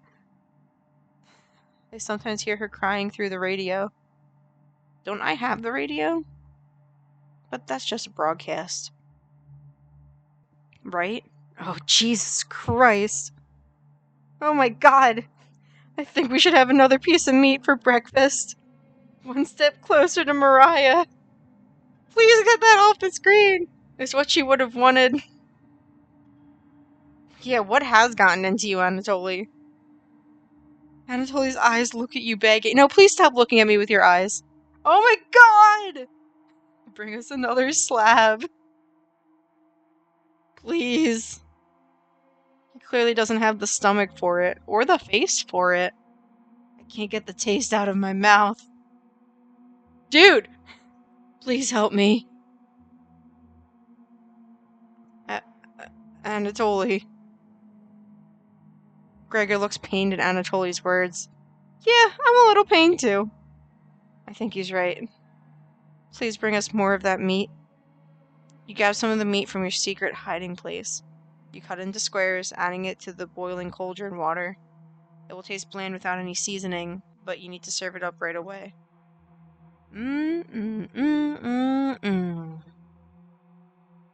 Jesus, dude! What's taking so long? Boil it faster! That's not how boiling works. It's almost done. Patience. It's finally finished. You serve the meat in bowls. Please don't do it to me again. Okay, cool. Gregor drinks the broth first before swallowing the chunks whole, like a duck does when eating bread. That's not as cute anymore, thinking about that. Anatoly creates ripples in the broth using the spoon. He isn't eating. All that heart attack you gave me? And now you're not going to eat it? Listen, you. I have 5 hearts on you. You can at least treat me with respect. I'm... okay. Sorry about earlier, everyone. Thank you, that's what I wanted. I don't know what overtook me. Mariah. Anatoly begins to weep. You look over at Karen. You didn't notice her even start to eat. There's just an empty bowl now. She has a good appetite. I'm proud of her. Karen is staring right at you.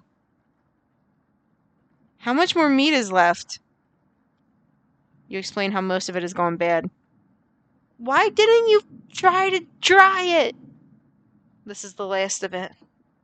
Oh, how could you be so careless again? You remember Karen's knife. You need to think fast. What the hell are we supposed to do now?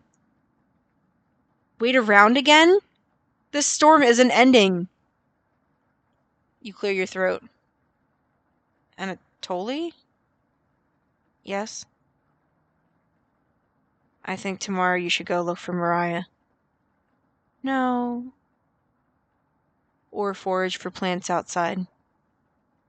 I think you should go tomorrow, little guy. Hey. Nobody else can identify edible plants like you. Please, Anatoly. You can swim back after a few hours. Gregor is right, Anatoly. Maybe you'll find Mariah out there.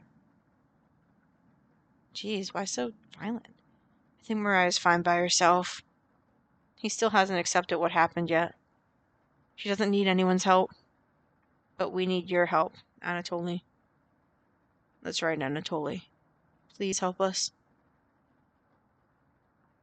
Let me sleep on it, okay? No problem, little guy.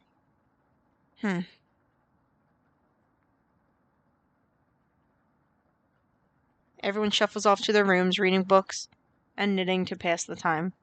You go to bed ravenous. Mariah.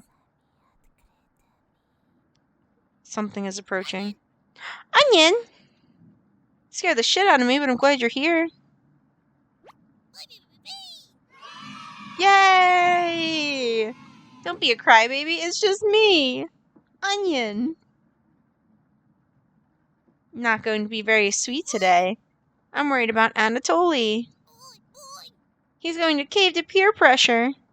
Can you stop him from leaving the cabin? Wasn't I the one that suggested he leave the cabin? You don't answer, Onion. Please? Don't you trust me? You shake your head. Got a fun factoid for you. Did you know that leaving out an unpeeled onion in your room absorbs bacteria? It will help prevent colds and ward off viruses. That was a lie. The fun factoid of that myth? People actually believed it in the 1500s. How embarrassing. Who would believe that? There even was a doctor in 1919 who caused a surge of people believing it.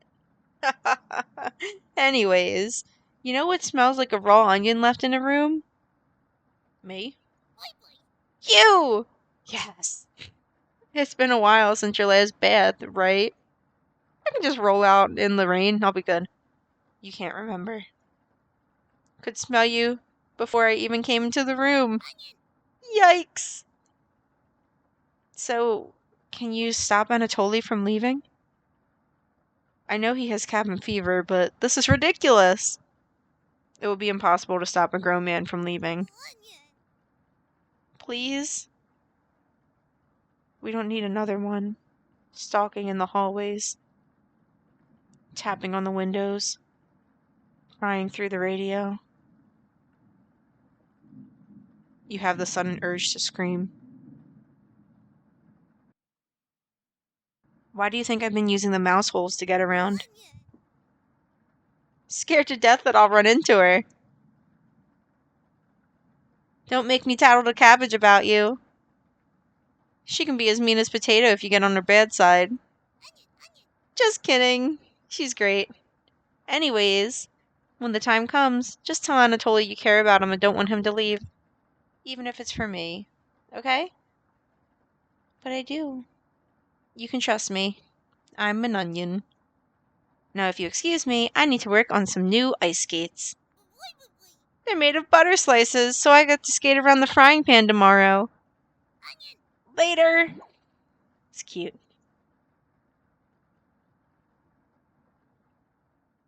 Your mind finally manages to forget everything that happened. You fall asleep again, still ravenous.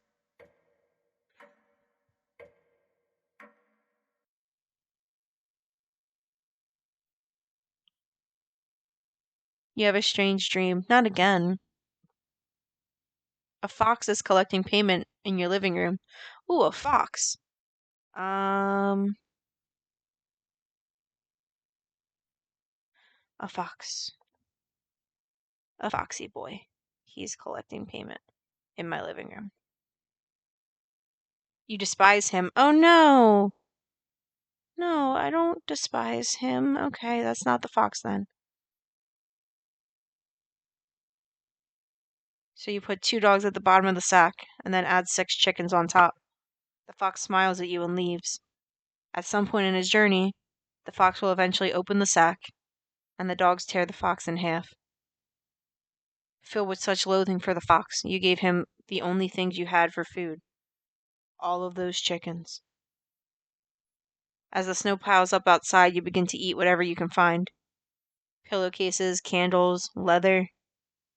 One day you wake up and you have nothing left to eat. Absolutely nothing. Just an insatiable hunger. A few days later, you go mad and leave the cabin, completely ravenous. A nearby tree looks like charred meat. Your iron teeth cut through the tree bark, tearing your gums apart by the splinters. Your mouth fills quickly with blood. Days later, a deer gallops by, the first creature in the woods to see your corpse. You wake in a cold sweat. No picture this time? Okay. Something smells terrible in the living room.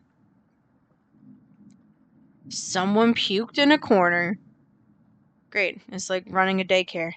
You wipe it up with a rag to save them the embarrassment. Good morning. Good morning, little guy. Well, Anatoly, what's your decision? I barely slept last night. Her whispers came through one of the holes in the floor. She kept telling me to come outside. We don't want to rush you, but one of us puked last night. So that's what that smell was. Anatoly, my patience is wearing thin. You have 1 hour to make a decision. Why so quick? Because I'm not waiting any longer. You can see the glint of Karen's knife under her dress. Best to watch out for that knife. Yeah. The group disperses. Tensions seem to be rising. You have 1 hour to kill. What do you want to do? Talk with Champets, converse with Karen, Anatoly, Gregor. I want to talk to Anatoly because he's about to leave. Oh, look. I can see the hole in the door through the hole in his arm. Anatoly looks pale. Thanks for coming over. Anatoly seems comforted by your presence. Gregor told me he's heard Mariah. I'm sure Karen isn't being honest with me. Have you checked out the basement door closely? Every so often, I can see her peeking out at me through the holes. I really don't want to drown outside, but at least I won't have to have her tormenting me anymore. You know what's in the basement, don't you? Yes, no, Anatoly, I'm here for you. Thank you. Staying in this cabin is messing with my head. I feel so lost some days. When I was 6, my father asked me to put flowers on the grave of our dead dog. That dog was very special to him. Helped him find food during the war. When he came back injured, he brought the dog to meet my mother, who was pregnant with me. He truly loved that dog. I carried a vase filled with flowers with me into the forest, and I took a left when I should have gone right. I was lost for 1 full day, wandering through the forest, crying and panicked. I foolishly skipped breakfast that day, so I was desperate at this point. I tried to, but I couldn't recognize any plants to eat. So I tried eating some random plant I found in the woods, but I puked it all up. I was humiliated when I stumbled back to my house. I'll never forget my father running up, worried, and I was still holding the vase with the flowers in it. My entire shirt stained with vomit. After that experience, I studied obsessively my mother's collection of foraging books, so I would never starve in the wilderness. The wilderness. The wilderness? Okay. The wildness again. Thank you for absolutely everything. You nod, calling everyone together for a meeting. Oh, Anatoly. Oh, shoot. Anatoly looks pale like he's going to pass out. Anatoly, have you made a decision? Yes. Oof. I'll help you all out. I promise. Thank you, Anatoly. Big tears roll down Gregor's cheeks. I'll miss you, big guy. I'll miss you, little guy. Thank you, Anatoly. I know this wasn't easy, but it's for the best. No. Karen. Yes? Gregor looks at you expectantly. Did you want to say anything to Anatoly? You say nothing? Oh. I... Goodbye, Anatoly. Goodbye, everyone. Good luck, little guy. Anatoly has left the cabin.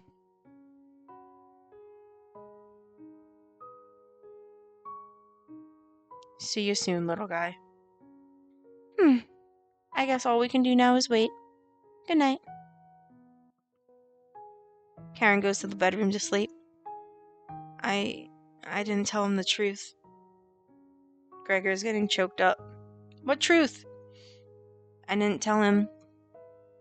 Missing him already. What truth? What happened? Gregor curls up on the couch for the night, turning his back to you.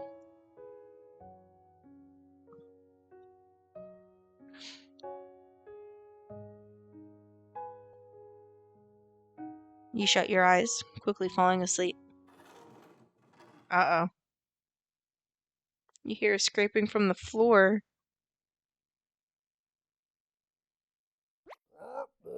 Oh my god. Did he just womp womp me? Found you. Ha ha ha. You explain how this isn't a good time right now. This is no laughing matter. I'm worried about Gregor. He's as tall as a tree, but dumb as a brick. What's the root of that? Another cornbread classic. You're being very unpopular right now. Oh, sorry. Unpoplar. Like the tree. Okay. That's a tree reference. Get it? Yes, I got it. Thank you. Anyways, you need to protect Gregor from the red-haired woman. Cabbage called an emergency chumpet meeting and told me to give you this mission. Watch out for that knife and protect Gregor at all costs. Understood? What if I say no? Does everyone look like a snack to you? Yeah, you looking like a snack.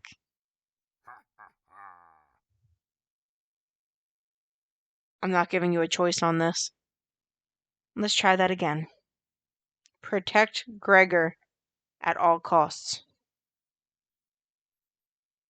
Oh, you're really not giving me a choice. You're fooling nobody with that act. You've never had hearing loss. Let's go with a nonverbal answer, alright? Damn. Protect Gregor at all costs. Okay, alright. Jesus Christ. You nod. It's the yeast you can do, right? You tell Bread that pun didn't make sense.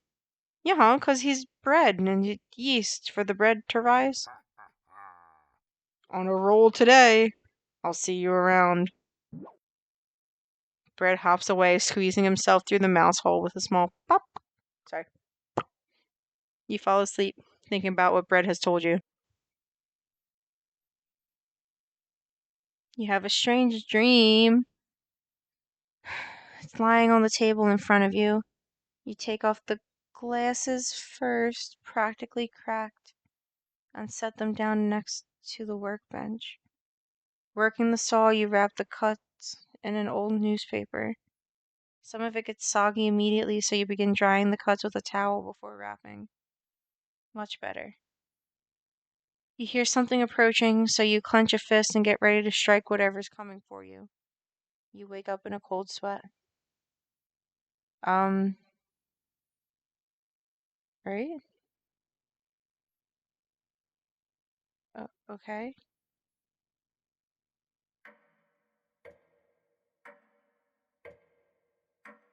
Day 11.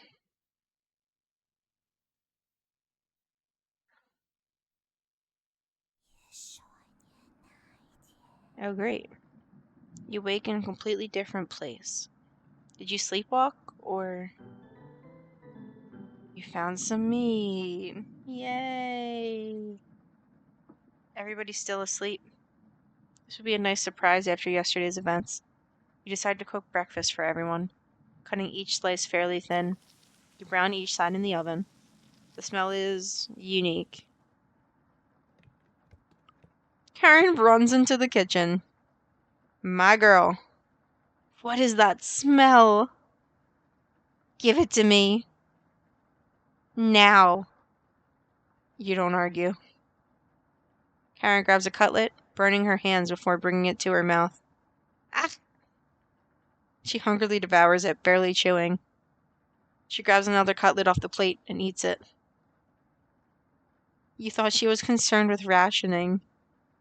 Gregor wakes up from the couch and heads to the kitchen. No.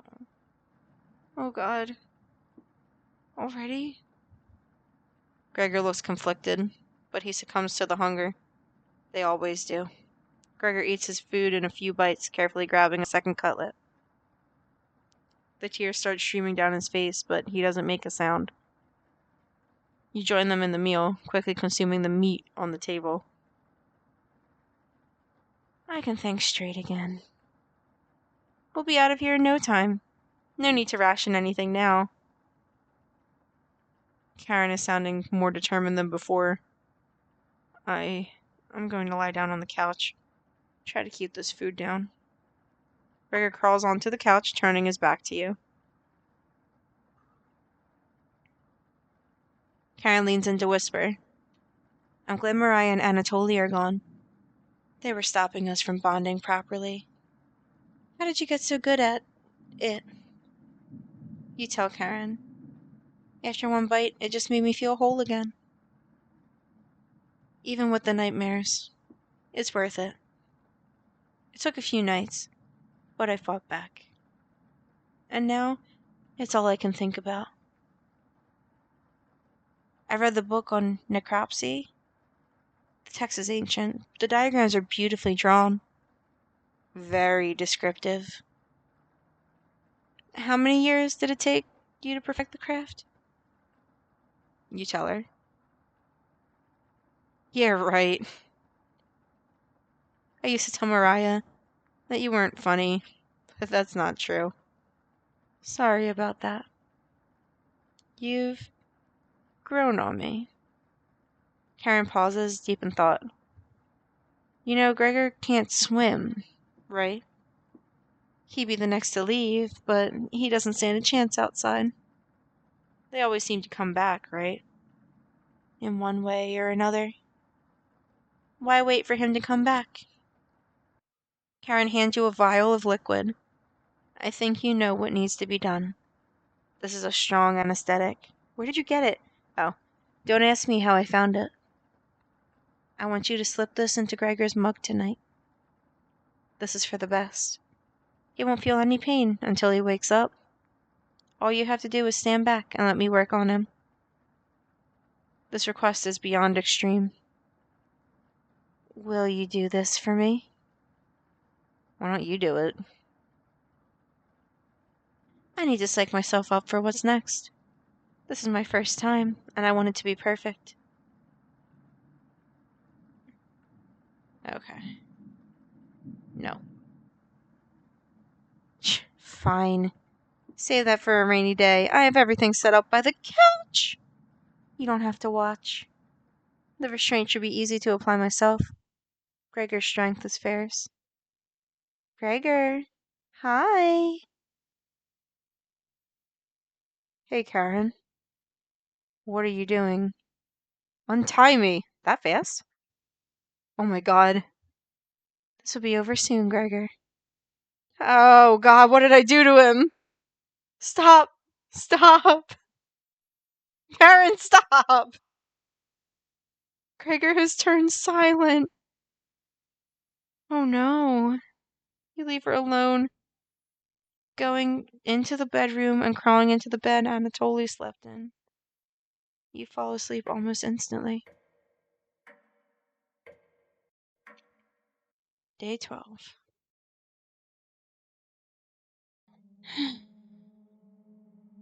Wake up, sleepyhead. Yeah, ooh. You were having a nightmare. Thanks for letting me practice last night. I think I did a great job. Love how Mariah is just like watching us from the doorway. Made us all some breakfast this morning to celebrate. Breakfast? With what? That's a surprise. Gregor already finished his. Took a few hours, but he caved. Come on, let me show you. You get out of bed and head to the living room. Fantastic. Why? He's still a little weak from the blood loss, but don't worry. Bandage him up like a field medic. What is it, Gregor? Where are my... God, you're stupid. Maybe if you spent as much time reading books as chopping wood, you would have noticed the pages I was bookmarking in the necropsy book. What are you talking about? Do I have to spell it out for you? You can't swim. How are you supposed to help us when you'd immediately drown? You'd sink like a log. What? I put some of your limbs away for safekeeping. That leg was pretty tasty, huh? Gregor goes pale. How's that for a big breakfast? And don't try to crawl away. If you leave this couch, I'll end you. I don't want any of it to go bad, so we'll have to eat that fresh arm when everything else is gone. Speaking of which, going to start cooking another chunk. I'll leave you two alone to chat. This is going too far. Hey. All I wanted to do was keep everyone alive and together. I know, buddy, I know. But I failed at that. Are you disappointed in me? Oh, buddy, no, never. Thank you. That means a lot to me. Growing up, nobody had to tell me to be big and strong. It just happened naturally. My mother always made sure I never went hungry. Seconds, thirds, fourths, that's a lot. And yet I complained my belly was not full. You have a good metabolism. One day, on my way home from school, I was walking by the town inn. I smelled something amazing coming right out of a pile of trash. I dug through it and discovered a bag. They threw away a meal that was fresh out of the oven for some reason. At least that's what I thought. I became ill with food poisoning. I hugged the toilet and cried for hours. My mother rubbed my back and eventually carried me to bed. I learned nothing from that experience. Like everywhere else, I was just here for the food. Aw, I'm flattered that I'm that good of a chef. Thank you. I'll never get this foul taste out of my mouth. She's going to keep eating me. I'm sorry. Getting too lightheaded to hold a good conversation. She's going to torture me again. Yeah, sorry I didn't give the anesthetic to you like she wanted me to. I didn't know she'd just, go Chainsaw Massacre on your ass. You know that, right? You nod. Gregor grows a little more pale. Can you cover me with a blanket? I've never been this cold. The cabin, it chills me to the bones. Or what's left of them. You do bread proud with those jokes, buddy. Please, consider it my dying wish. Yes, consider your dying wish granted. Winky. Thank you. Much warmer now. Watch out for that knife, okay? You mean she cut you with that small-ass knife? Oof. Gregor begins to look at peace. And...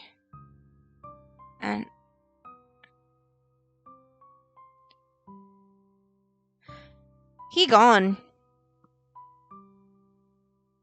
You watch the last of Gregor's air escape his lungs. I guess from shock, right? Or blood loss? Yeah, apparently you didn't patch him up good enough. What the hell do you think you're doing? Tell Karen that Gregor gave up. We could have kept him alive for another week. What is wrong with you? No matter. Plenty of food left now. Karen leaves you alone. You head to the kitchen and try to find other remains. Gregor. You look at the pile of dishes and your mind starts to wander. Hello! Let's play hide and seek! There's 5 of us to find! Can you find all of us?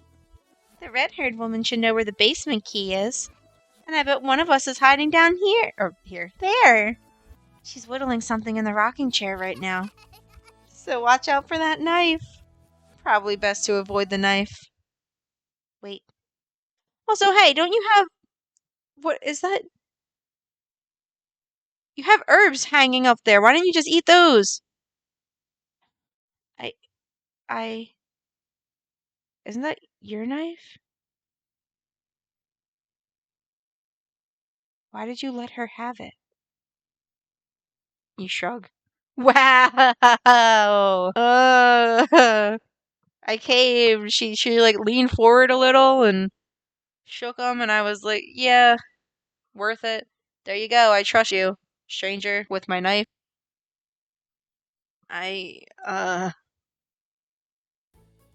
As the leader of the Chompettes, it's important you find all of us. So please don't forget any of us. Good luck! Cabbage rolls away and tries to hide. Why would Cabbage want to play hide and seek right now? You've been neglecting the Chompettes lately. I have. Can't hurt to play along with them, right? Yeah. You go talk to Karen in the living room. There's the knife. Gregor's remains have been stored for safekeeping. Scrubbed all the blood out of the couch to save you the trouble. Oh, she's wife material. Can I help you? Have you seen the basement key anywhere? Wasn't it in the kitchen? You can't remember.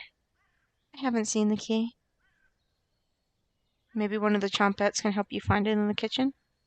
You decide to go look for it. Thankfully, there's not too many places for Cabbage to hide. Where do you want to check first? Cauldron. You hear some rustling around. Is it another mouse? Yay! I found her! She always picks the same hiding spot. Like we've done this before? Whee! Cabbage!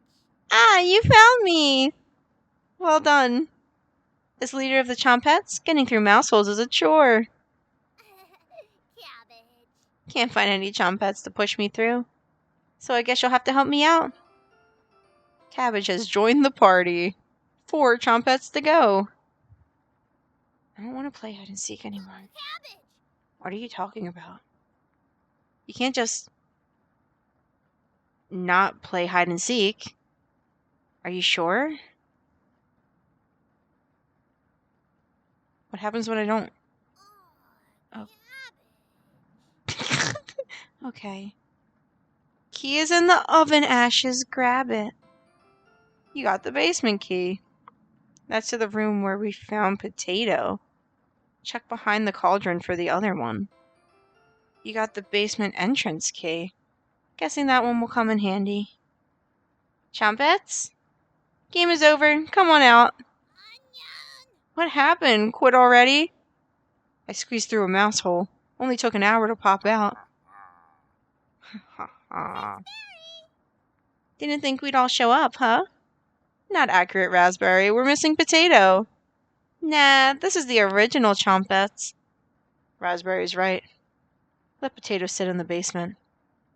He's got company down there to keep him busy. Ooh. That's enough, Bread. All of the Chompettes are now clinging to your back. Don't worry about us falling. Just finish this. Perfect. Basement entrance. You've seen this door thousands of times. You hear Karen creeping up behind you. Listen, bitch.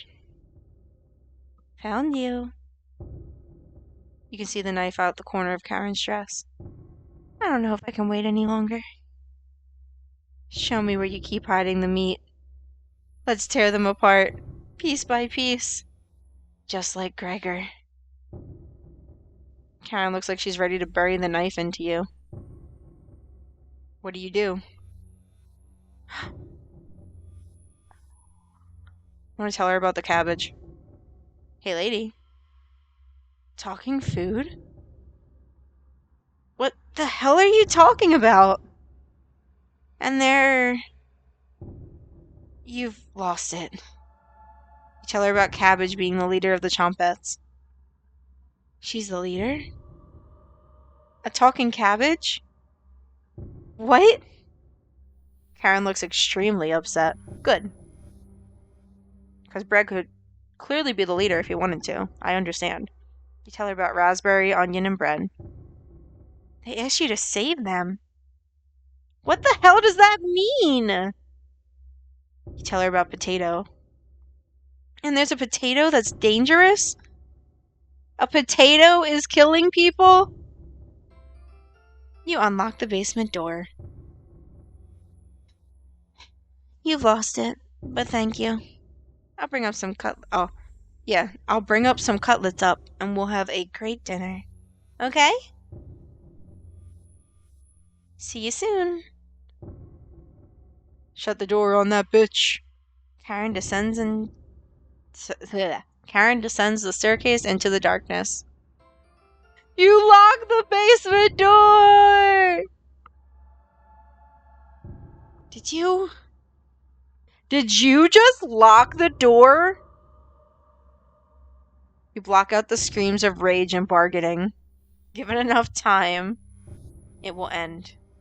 You crawl into bed and go to sleep. Oh, okay.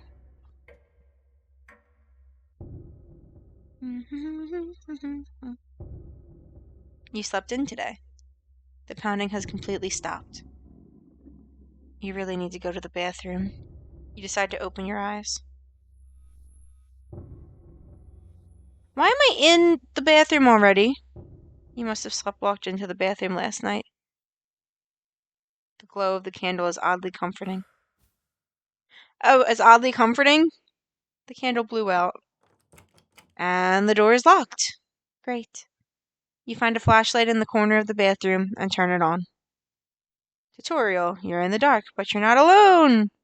Click on the objects around the bathroom to get more information or find hidden clues. If you're stuck, just wait a little bit to see a glint of objects to inspect around the bathroom. Move around your cursor to search the room. The bathtub is filthy. It will need more than a little elbow grease to get these stains out. You notice a note underneath the bathtub. This notice shall serve as summons to the Zakopane courthouse. You're being accused of the following crimes: public disturbance, foul language and demeanor, refusal to testify at previous court cases, refusal to agree to a search warrant of property. Your hearing scheduled for October 20th. Failure to attend will result in your immediate arrest and penalties up to hanging. Sincerely, Judge Constanti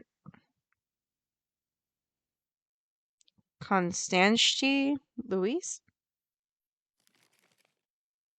Or Leus? Court summons letter. Asshole?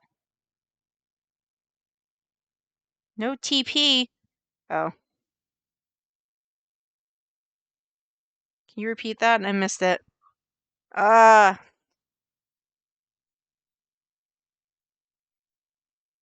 scared to look in the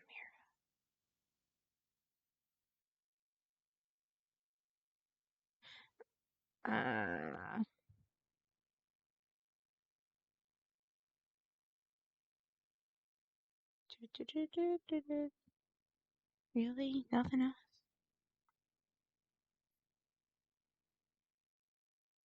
Oh, it's Cabbage. You scared the shit out of me, girl. Hi. Are you locked in the bathroom again? You tell her about the candle being blown out. Maybe you just need to try wriggling it a bit. Oh, the door? You unlock the bathroom door. Sometimes the simplest method is the best one. Now, if you excuse me, I need to conduct the next secret chompette meeting. Later. How is it a secret if you tell me about it? Quickly make your escape.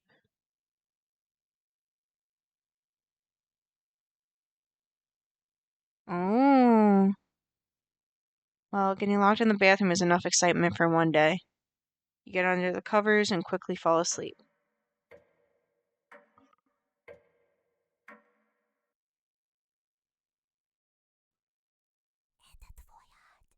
Wake up, sleepyhead. Karen. You're right.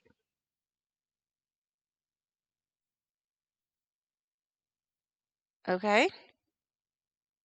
Just your imagination again. Karen can't still be alive, right? Oh, Jesus! Somebody's at the door. You grip the doorknob tightly, getting ready for what's next. Oh, God! That can't be the real Gregor. No shit. Why is it all smoky in here? You determine the haunt has officially begun. Great. Some spirits move on immediately, others linger. Fantastic. And some stop at nothing to give you a heart attack or get you to fall down a flight of stairs or cause you to wander into an early demise. No way of knowing which one the group will choose. The rain has stopped outside. You decide to look out the window. Ooh, there was somebody back there. Floodwaters are completely gone. Karen would appreciate the good news, but not after locking her in the basement. No good reason to leave the cabin. Plenty of food here now. You've been so busy you've forgotten to eat. You head to the kitchen for a snack. Karen's hiding spot was too obvious. You take a few bites of meat. You lost more of your humanity. Not fresh enough.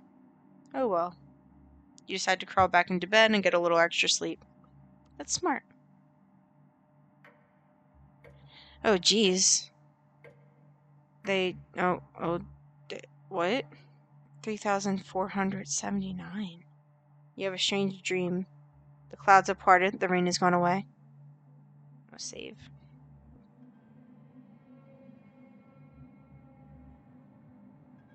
You wake in a cold sweat. That's it. Meat. Right. That floorboard looks suspicious. Is this another trick, or...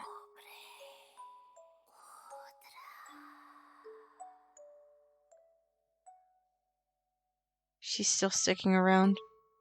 You head to the kitchen to get breakfast. Your food is gone. My food is gone? That noise was coming from the living room. Anatoly.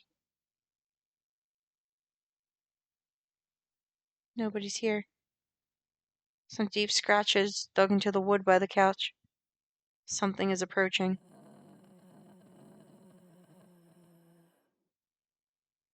What's making that noise? It sounded like it was coming from the basement door. You go over to investigate. A cold wind is blowing through the hole in the door. You get goosebumps all over your arms. Is this a... Oh, Jesus Christ! Ah. You wake in a cold sweat. Day 14. Day 15.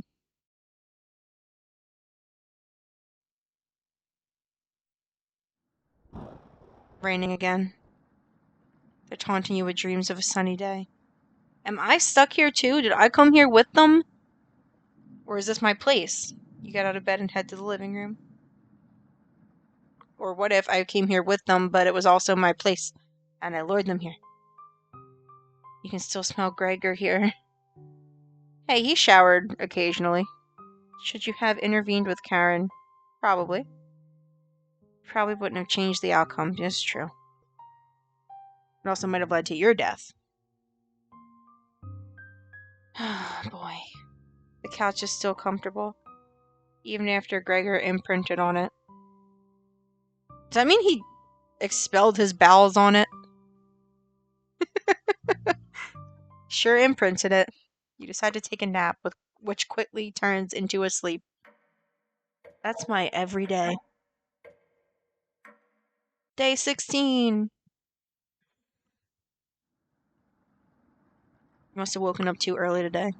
The cabin living room is pitch black. Oh no! You pick up a flashlight nearby to explore the darkness. I'm not liking that. I don't like that. I don't like that. I don't want that.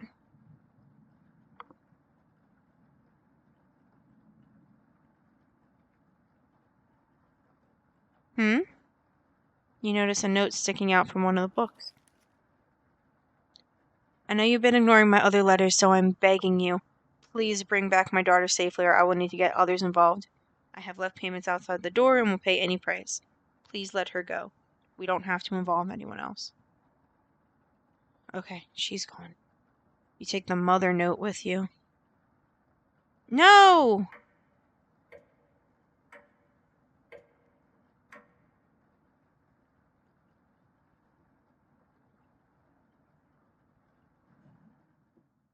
You slept-walked again.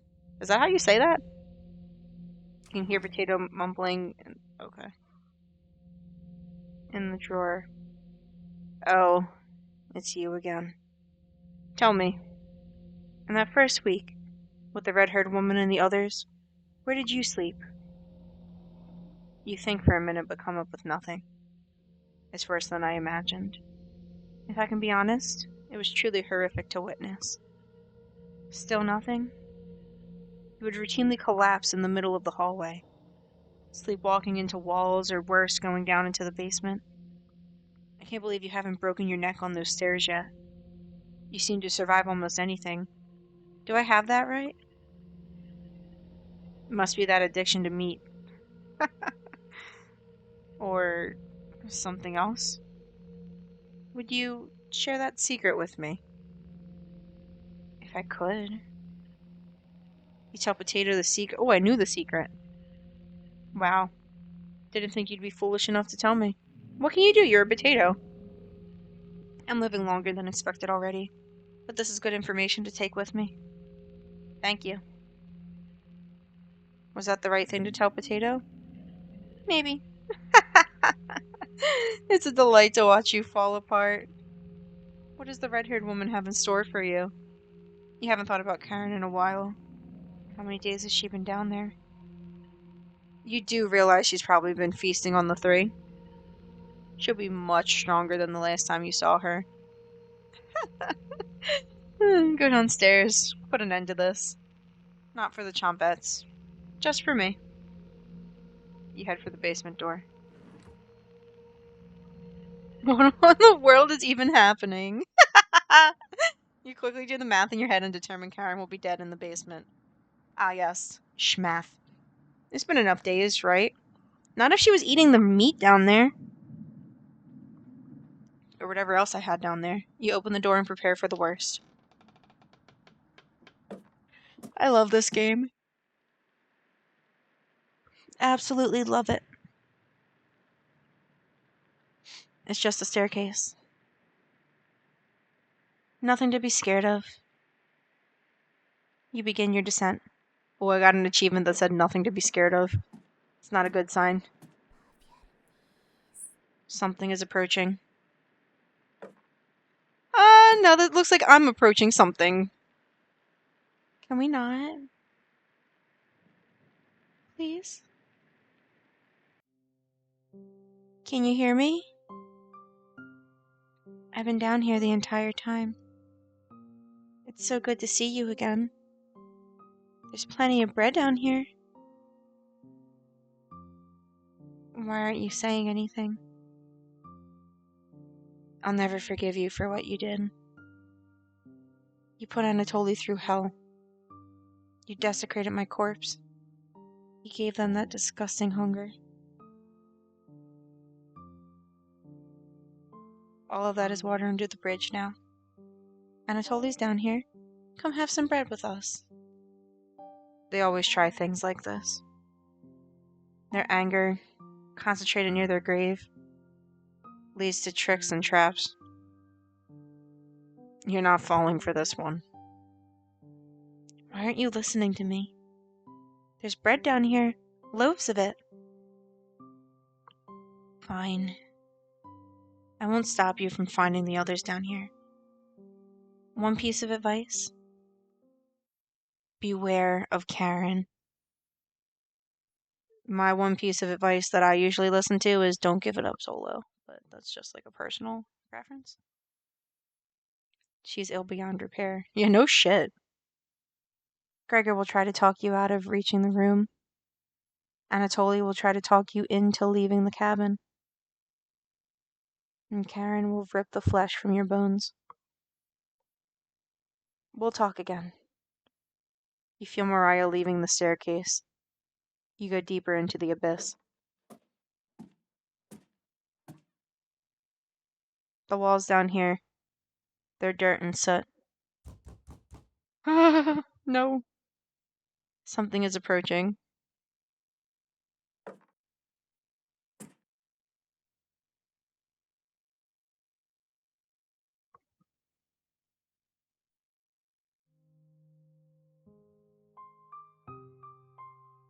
Oh, I see now. Right? I think I see. The little in the corner. Okay. I'm glad I found you. The rain outside has stopped.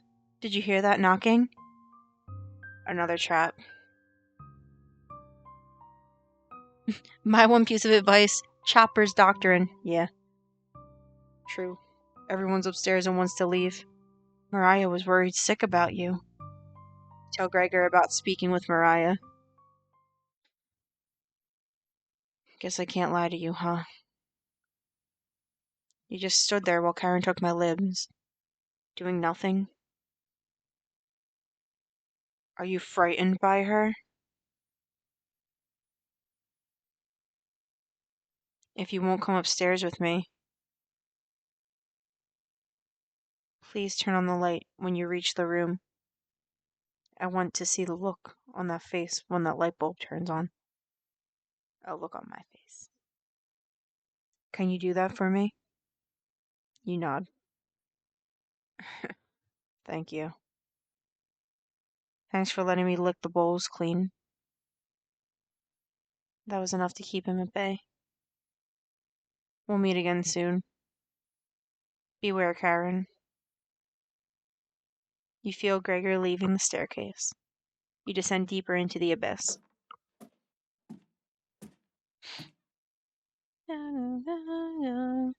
Dreaming. The air pressure down here feels greater. You're getting closer to Karen with each step. Something's approaching.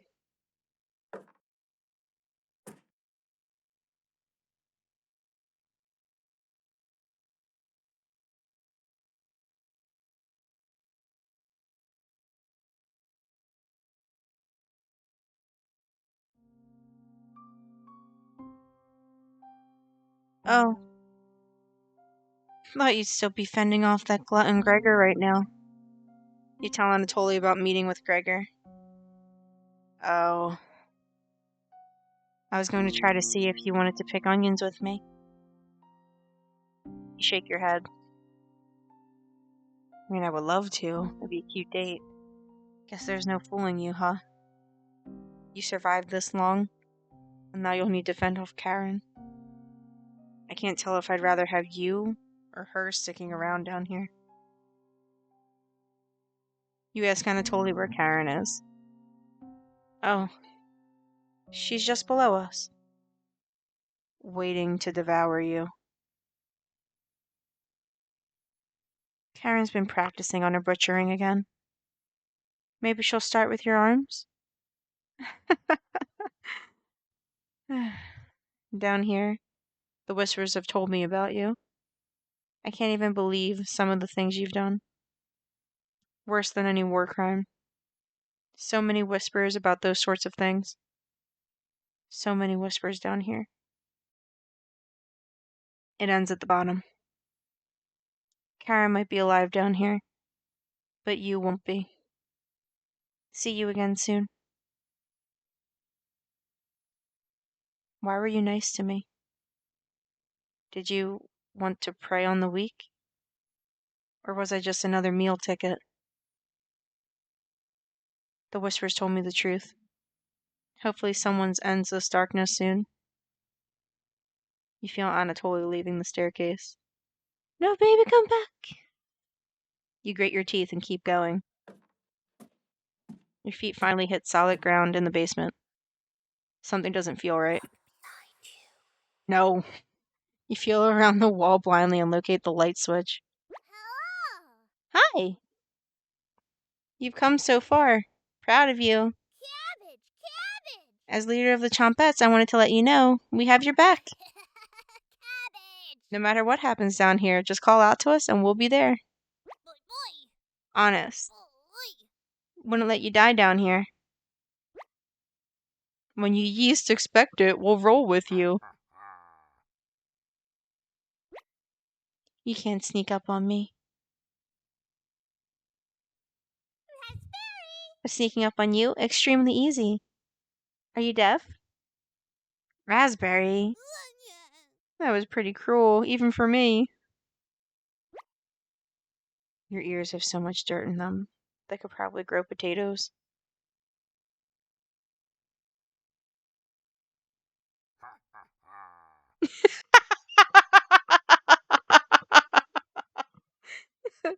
We'll have to work on those jokes, potato. Sure. Aren't you hiding in the basement room? Circumstances have changed. I wouldn't miss a killing for the world.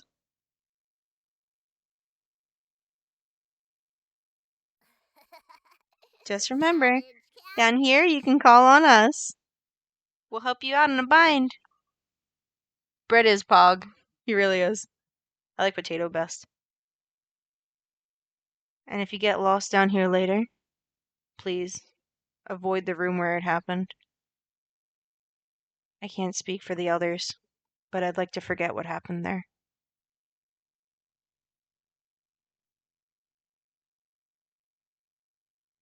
I don't think we'll ever forget that, potato.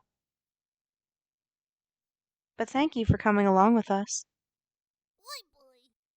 I wouldn't call it a change of heart, because you really never had one, potato. You should have brought it down here. But I'm glad you're here to help. Wish I had a joke here, but what you did was no joking matter. That's enough.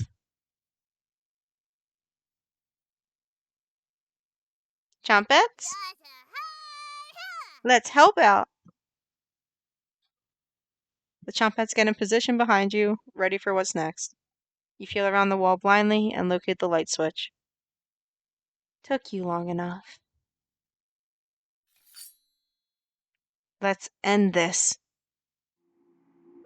Should have kept the door locked. Hey, as leader of the Chompettes, can't leave you hanging. All of us are ready to help you out here. I see you have ignored my warning to watch out for that knife. Please survive this fight. We want to play hide and seek again. Chompettes? Help out. Cabbage has filled you with hope. You gain 5 HP. Karen lunges at you. Okay. You've started to bleed. Are you talking to yourself again?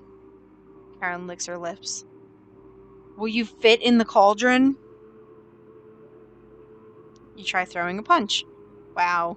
Karen easily dodges it. It'd be best to watch out for that knife. The cut is deep. This will need to be treated if you make it out of this alive. Karen catches her breath. Should have kept the door locked. Hey, it's me, Onion. No crying down here, okay? Let me look at those wounds. Blood? Gross. Cringe. Your eyes begin to water. What did I tell you about crying? You got this, champ. Good luck. Onion's words make you feel a little better, but only a little bit. You gain 5 HP. Karen lunges at you. You started to bleed. Are you talking to yourself again? Karen clenches the knife. You're going to taste better than Anatoly. Jesus. No, what? Your arm is bleeding. Karen is studying you. Should have killed me earlier. No chance of that now. You try throwing a punch. What? Karen easily dodges it.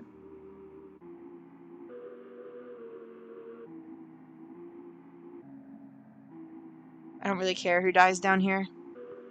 You're both pretty awful. Good luck.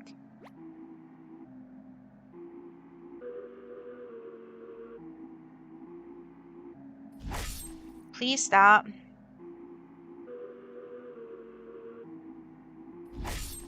Wow! Your arm is bleeding. Karen laughs at you.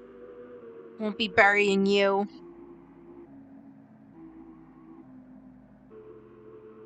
Going to eat those ears first? Karen tackles you to the ground, plunging the knife into you repeatedly. She devours your body on the floor of the basement. Your corpse lasts a week. Your corpse lasts a week. Jesus Christ. Took you long enough. Let's end this.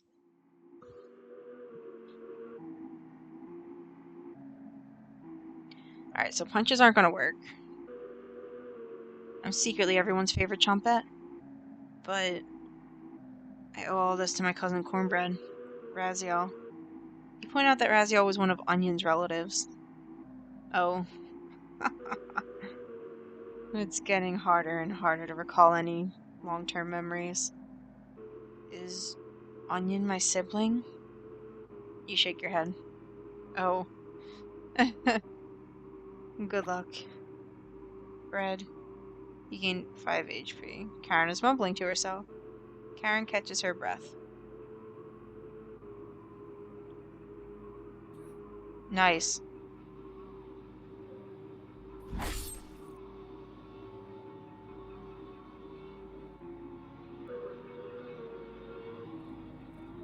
Always Merry Raspberry is a lie created by Cabbage.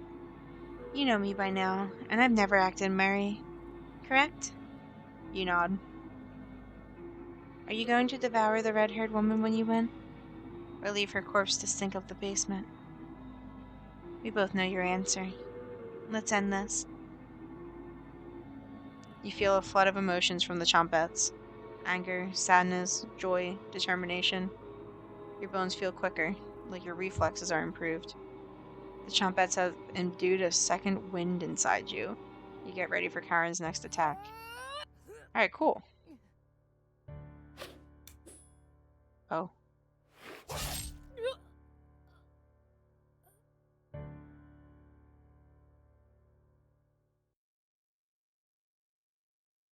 Well,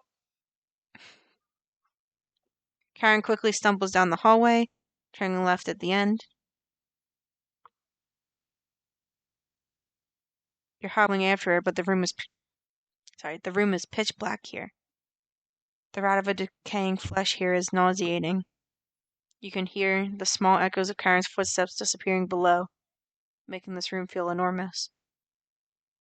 You can't see their eyes, but you can feel them. You're being watched. The staircase in the center winds downwards, spiraling into the abyss. You're getting lightheaded again. Gravity almost gets the best of you a few times as you work your way to the bottom. Your shoes stick to the floor when you reach the bottom. The smell of mildew and something rotten makes you gag. You can barely make out the outlines of door frames in each direction. You head east, opening the door. You feel Karen's presence close by. Great. Great. Fantastic. Back together again. Drowned and dissected. The Butcher of Hope has returned. That's a pretty cool title. Where's Karen?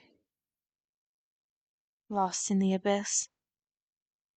Her rage blinds her. Ravenous. Completely ravenous. She will never be able to move on. Bound to this cabin by you, she will never escape.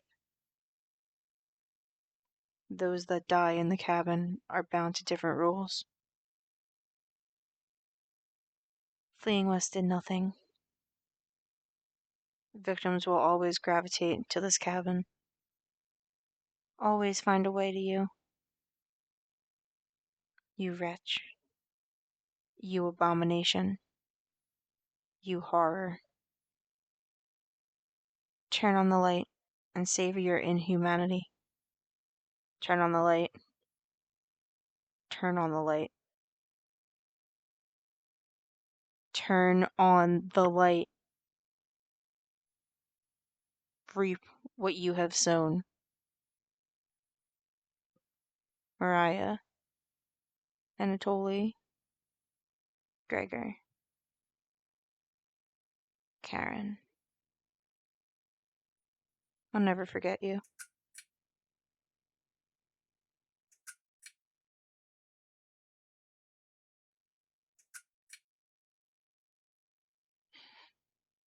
Okay. But it's not the end.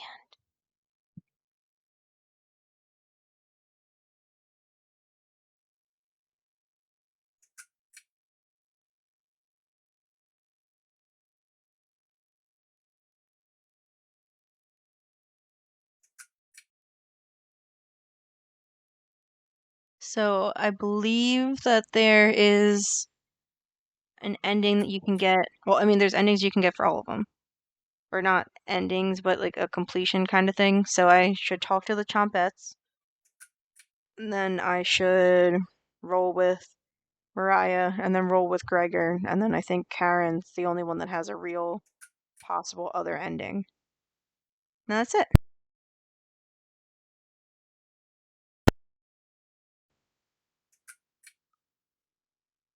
Shout out to Dear Dream Studios.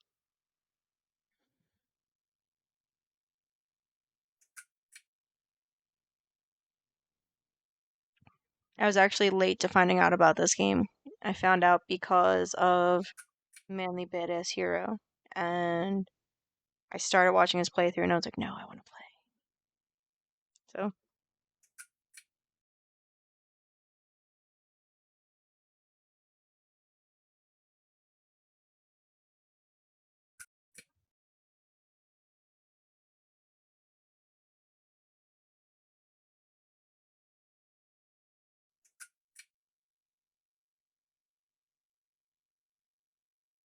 I don't think I intentionally went for Anatoly. I was going to go for Mariah.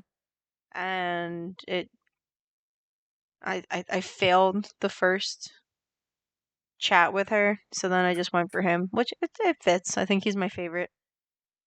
Karen's pretty cool, I guess. She scares me. Oh, cool.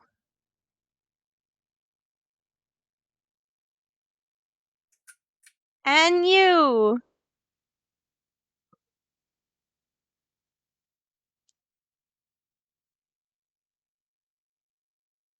Yeah, I just got an achievement that says not done yet.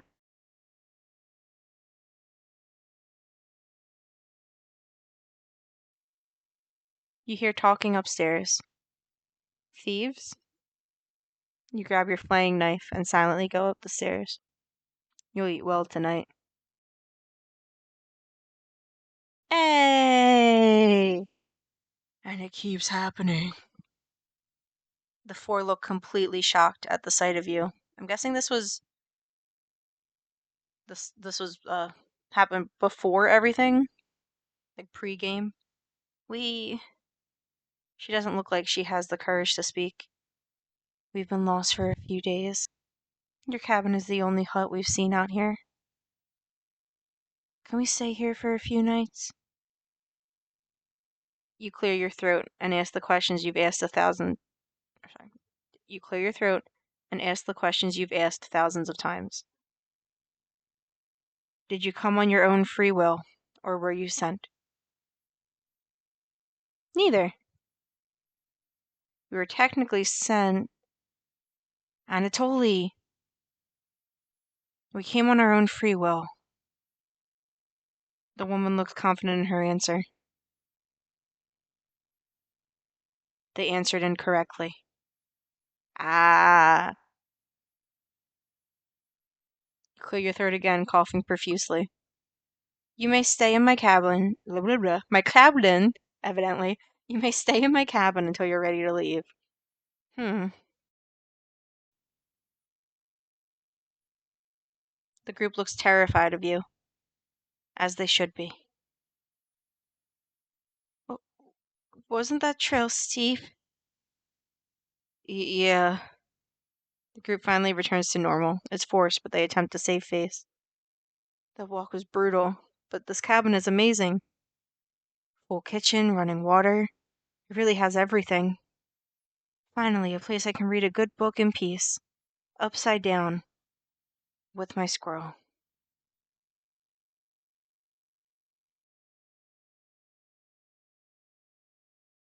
Now, I'm not sure if it's an actual time loop, but no, you already know the rest of the story now, right? No, I don't. Wrong. Thank you. Welcome to Nightmare Mode. If you survive, you'll gain some additional insight to the world of cooking companions, as well as unlocking New Game Plus and a Chomp Pets Only event. This mode is mostly just a joke, so don't take it seriously. If you make it to the end, you'll unlock the Chomp Pet Cabin courses, Chomp Pet Only event free of humans. For true cooking companions experience, this mode should be played in a pitch black room with headphones. Great. You still need to max out your relationships. Don't worry, you'll get the opportunity to do so in New Game Plus. Cool. You should really make a manual save right now. Don't hesitate.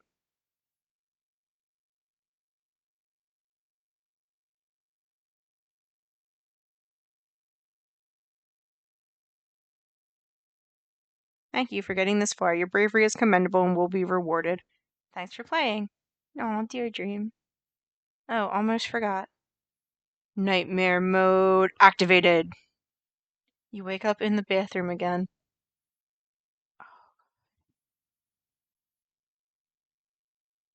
What?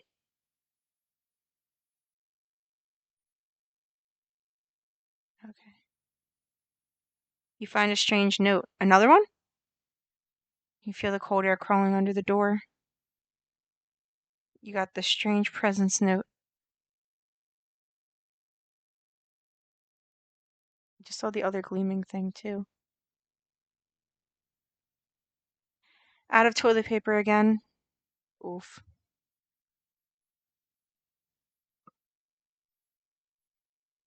Right? Because it said if I stayed still, it would let me know if there's anything else to check. Okay.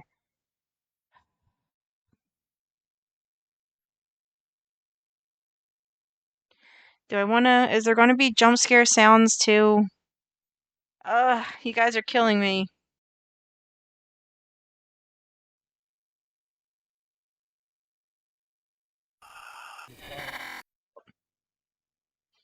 This is my room. Do you see how dark it is? It's cold. But I can look at you. Look at me. Are you scared? Please. I am scared. You wake in a cold sweat. Oh, hi, Mariah. Your surroundings feel completely different. Yeah. Mariah's presence is enraged. She beckons you to follow her. You get up and leave the bedroom. It's a beautiful sunny day outside. What a fitting end to such a horrible nightmare. You head to the kitchen for some breakfast. I'm so scared. Oh. This will take ages to clean. You take a few bites of meat. You lost more of your humanity. You stare into the ash pile in the oven. Are they still upset? You head back to the bedroom to take a nap. But am I going to start cleaning yet? Boy. Which one of them is causing this? Mariah? Anatoly? Gregor? You crawl into bed and fall asleep.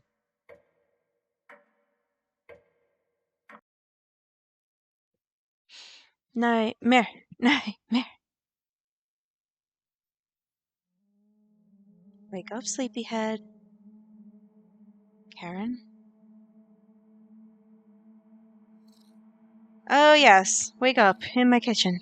Sounds like she's whittling something again. Did she escape the basement? Karen? No reply. Head over to investigate. Cool. Creepy. Another trick by one of them. Who's still missing, Karen? Someone's tapping on the window. Please no. Not the faces! I can't get the taste out of my mouth. Are you done, Anatoly? Like he's a petulant child? They're getting more bold in their actions. You head to bed to sleep on it. Day 616.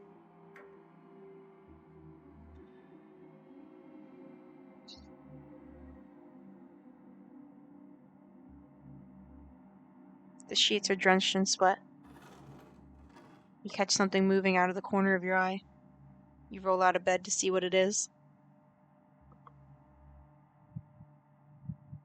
It feels like 3 a.m. Nothing's moving around the bedroom anymore. Just your imagination again. You head to the basement door. Is Karen still alive? Cold wind blows through the crack in the door. Yeah, that's her. You wake in a cold sweat. You wake up on the cold bathroom floor. The door is locked. Did one of them hide the key in here? Where do you want to check first? Mouse hole! Mouse hole seems perfectly rounded, like someone used sandpaper on the edges. Did the chomp pets do this? The hole itself is pitch black. Would the flashlight be helpful? Might aggravate whatever horror lies in wait. Cool.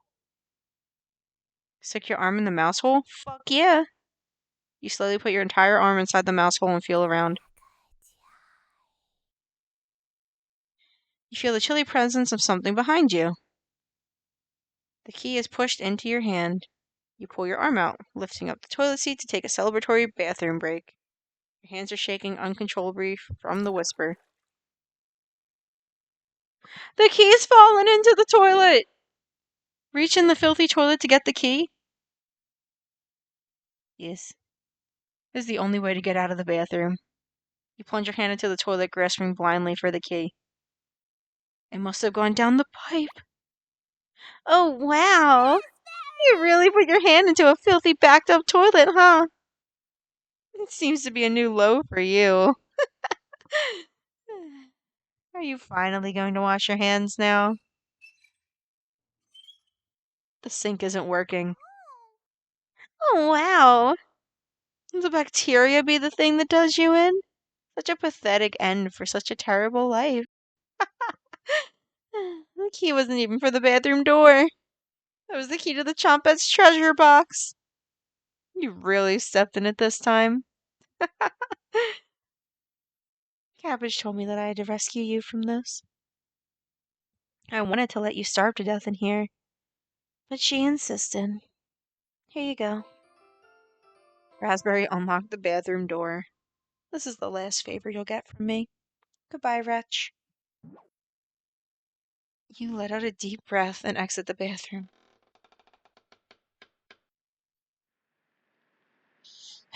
It's time to end this. You open the door and get ready for what's next. Oh? It's just a staircase. Nothing to be scared of. You begin your descent.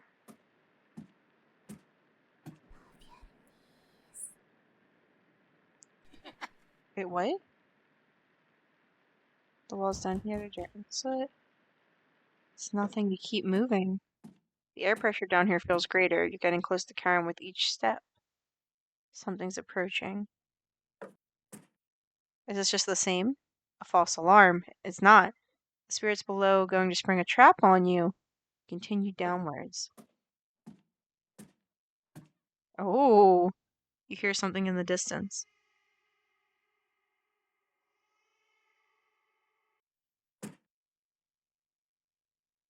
What the fuck is that?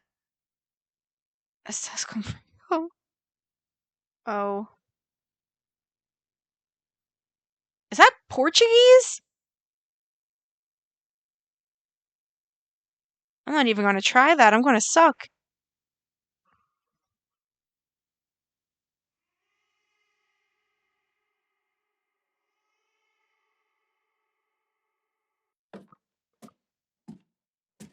What is going on? Something's approaching? No, please don't. Oh, Jesus fucking Christ!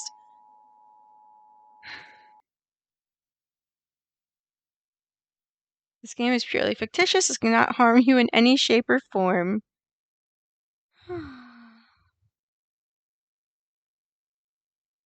You awake with a note next to your head. It's difficult to read, but you can make out a sentence. Don't get up before Saturday. Okay.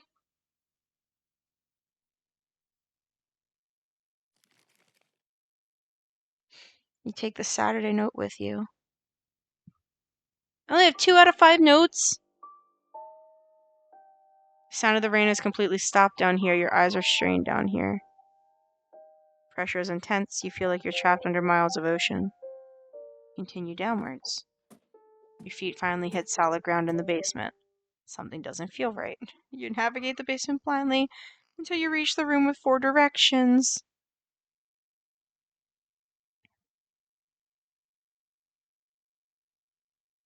You can barely make out the outlines of door frames in each direction.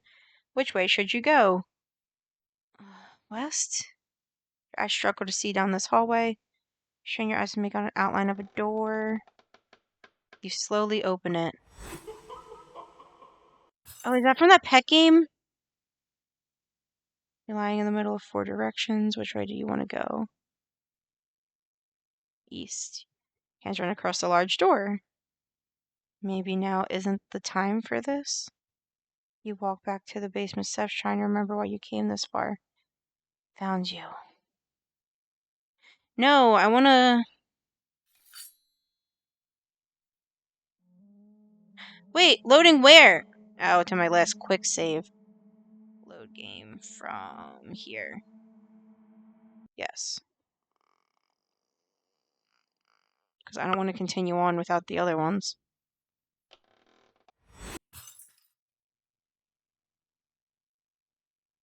So I guess north and south, right? Once you open the northern door, a cold wind blows over you. Area reminds you of an underground cave. You can make out a door at the end of this hallway. You have a bad feeling about opening it, though. Open it? Fuck yeah. Oh, Jesus. What game's that? Is that this? Okay. South? Room feels warmer when you enter. You begin sweating more than normal. There's a door at the end of this hallway, but it's so hot you feel like you're going to pass out. You slowly open the door, crack, and peer inside. Vines cover the entire ground. Oh, cool. Okay. Yeah. You wake in a cold sweat.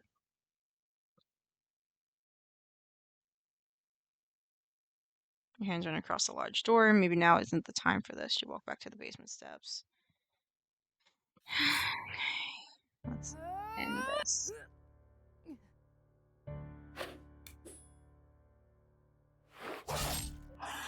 Oh, Jesus Christ.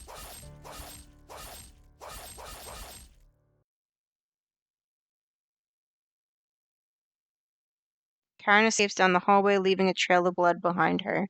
You follow her to the room in the east. Oh, lady. Turn on the light. Reap what you have sown. Mariah. Anatoly. Gregor. Karen. I'll never forget you.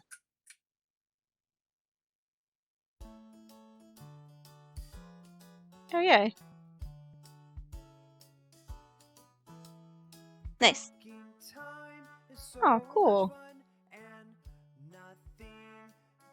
Could happen. Everything is totally great, but please do refrain from going in the basement.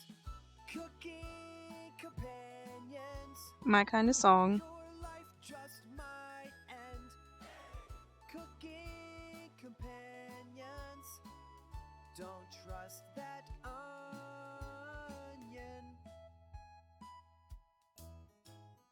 Cooking time is so much fun, and nothing bad could happen. Everything is totally great, but please do refrain from going in the basement. Cooking companions, your life just might end. Cooking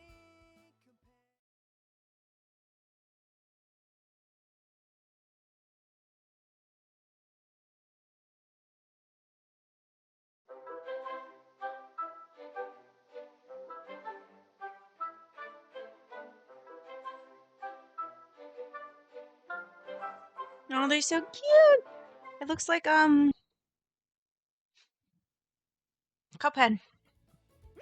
Like the, shit, what are they called? The root pack? Hello! Welcome to Chompette's Cabin Courses. We missed school too much, so we wanted to bring it back. Honest. I'll be playing the role of teacher today.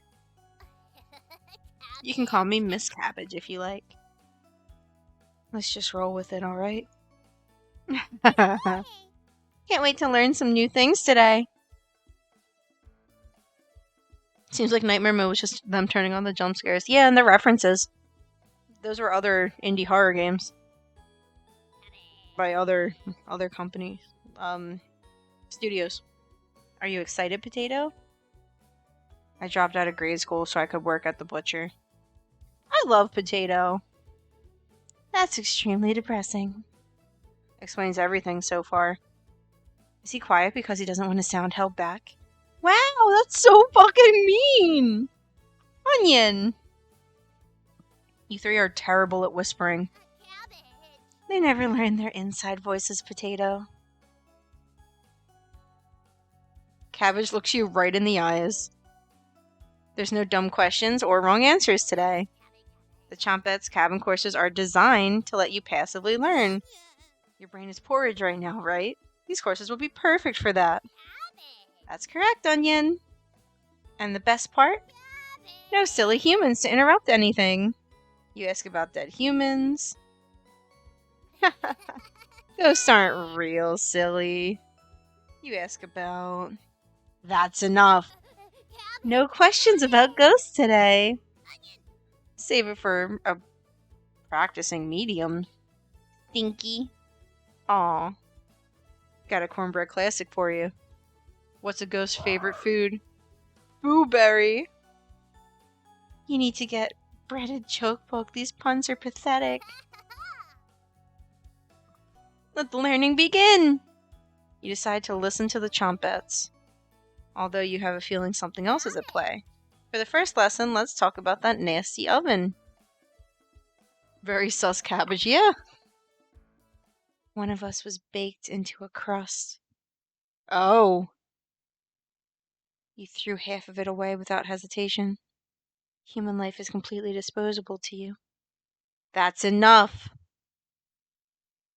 I seem to have lost my place in the teaching curriculum. Let's talk about the cauldron instead. The first cauldron discovered dates back to the Bronze Age, which took place 3100 BC to 300 BC. You can see a cauldron in the famous artwork The Garden of Earthly Delights, where a birdman is wearing one-legged crown as he eats and poops.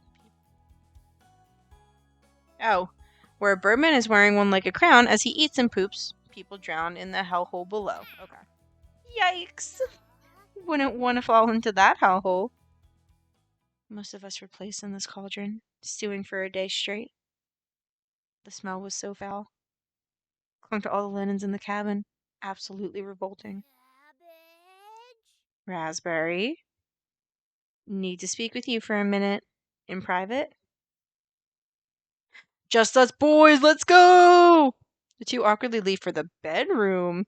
Ooh. Slamming the door behind them. I was gonna say making a fruit salad, but I mean, fruit salad! I'll shut the fuck up. You can hear Cabbage chewing out raspberry. What's another name for Brussels sprouts? Cabbage Patch Kids! Fred, that wasn't even a pun. Or a joke. That was more like a stalling. Cabbage and Raspberry joined the group again. Cabbage. Raspberry, is there something you'd like to say? There is, Cabbage. You committed crimes against humanity. You're a scourge on this earth, sent to punish us. Cabbage may forgive you, but I never will. Wow, look at that time! This concludes the Chompette's cabin courses. Did you learn anything this time? Or did you just loaf around? Ha ha ha. Are you remembering it yet? Just join me in the boiling water sometime. Really loosens the meat off those old bones. Right in that nasty oven. There's nothing but a big pile of ashes in the oven. Have you seen that knife? Yikes. Big enough to cleave cabbage in two. Oh, no. Still leftovers in here. Dig in. The rules are different for people that die in the cabin. Everyone that does will know the kitchen well. The lucky ones are dead when cooked. The others have told us what you did to them. How many generations died brutally at your hands before you gave up? Was it your arthritis that stopped you? Or did you eventually feel remorse?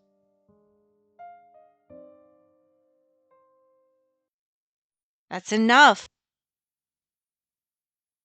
Thanks for playing along today. It was fun to revisit some old topics. Let's sleep on some of this, shall we? We've made your bed. Sweet dreams! Aww. Welcome to New Game Plus! This playthrough will have different dialogue, events, and decisions to make. Anatoly, Greg, and Karen will start with 3 hearts each! Use this opportunity to max out your relationships. We highly recommend you create a manual save file right now.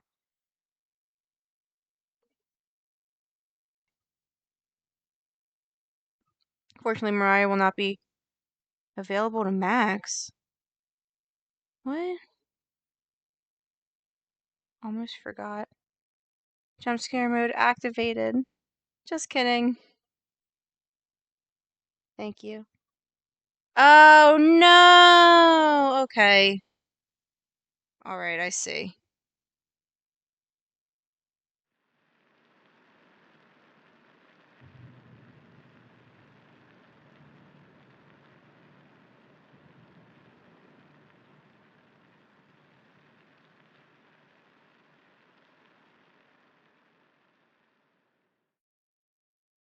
Alright, so I'm gonna save here. And then go back. Oh, duh. I could have just... could have just done that. And go here, I guess? Yes? So, I really liked this game. Not only because of the premise and the... like, everything that it was stood out to me. But it also says that they flee Ukraine in the time when... yay.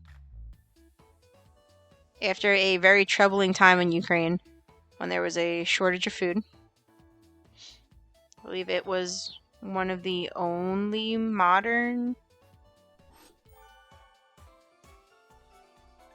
or pre-modern man-made famines, or it's considered a it's scary. Just if you ever look into like the 1930s to 1950s in Ukraine, and they flee and they're in the mountainous area near Poland and Slovakia. I was like,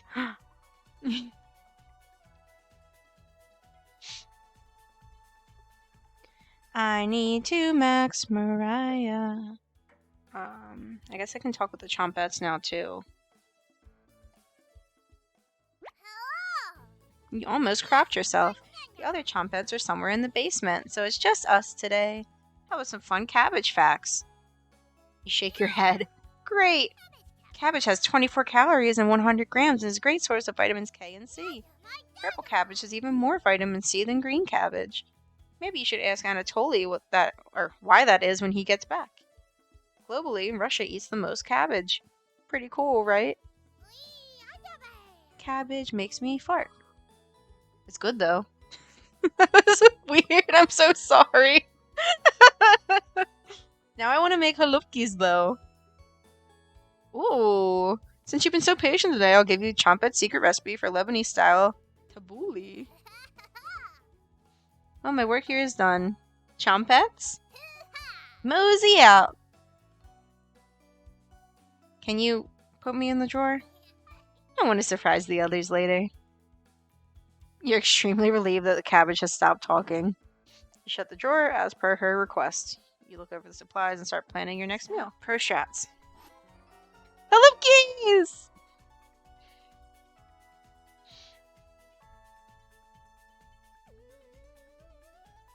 It was, I think, it's ironic too, because it's Thanksgiving, but my great-grandma used to make fucking pots full of halupki for Thanksgiving and Christmas, and she'd make pans and pans of pirohy.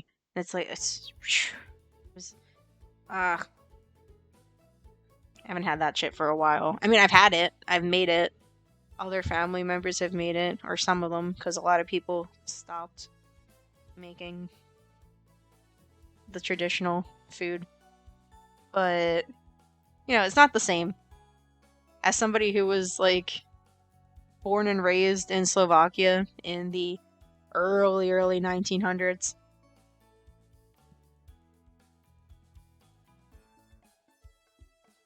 Like, I think they left Slovakia a little after the time that this game is supposed to take place.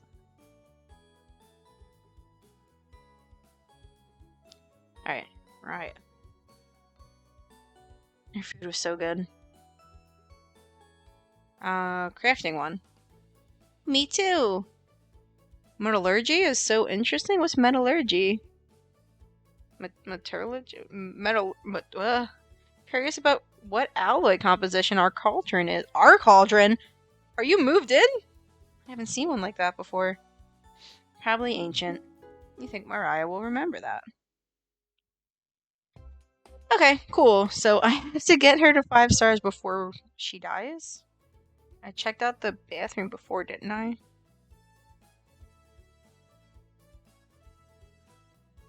Should I do the bedroom?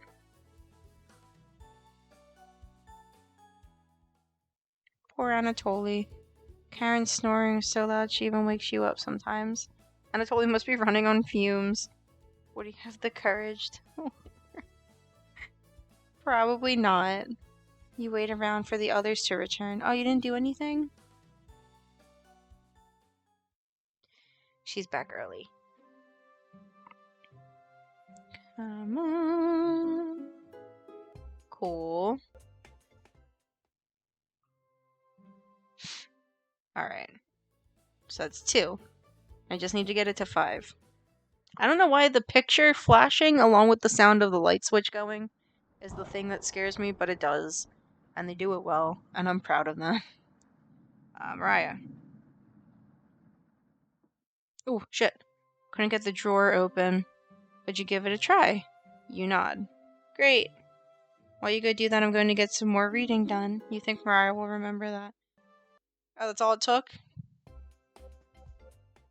Later. You give the drawer a hard yank open. To the Chompettes again. Hello. Hi, Cabbage. Is the thunderstorm keeping you up at night? You just need to roll with it. You can't use the same pun twice.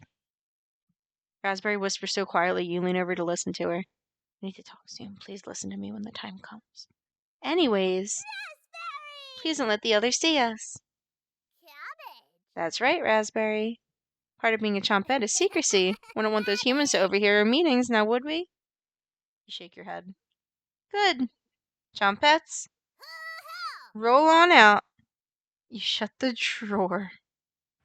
Bye, guys.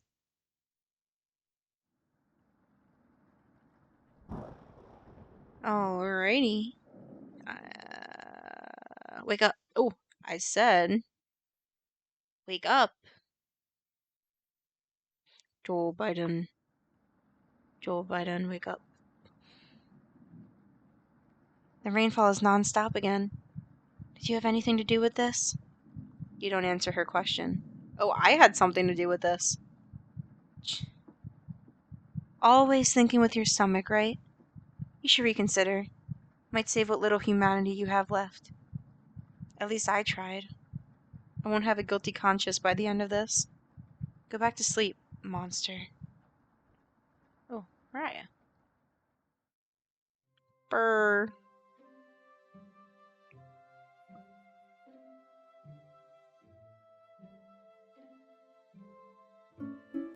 Cool. Nice. Bread is best, Chompette. Oh, I should have saved right there. I can't go back. Oh, that's it? She's just relieved to see me? How are you holding up? Is this more difficult than Ukraine? Better question is, how are you holding up? Not very good. That's very sweet of you to ask. Mariah's looking at you intently. She gets a little closer to you. I noticed you didn't use any meat when cooking. Usually I have to pick it out of foods the others make. But you respected that. Thank you. Mariah's looking at you with admiration. I need to speak with Gregor for a minute, but thanks again.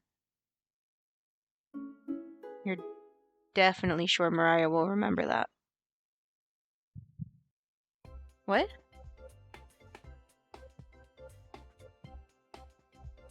What?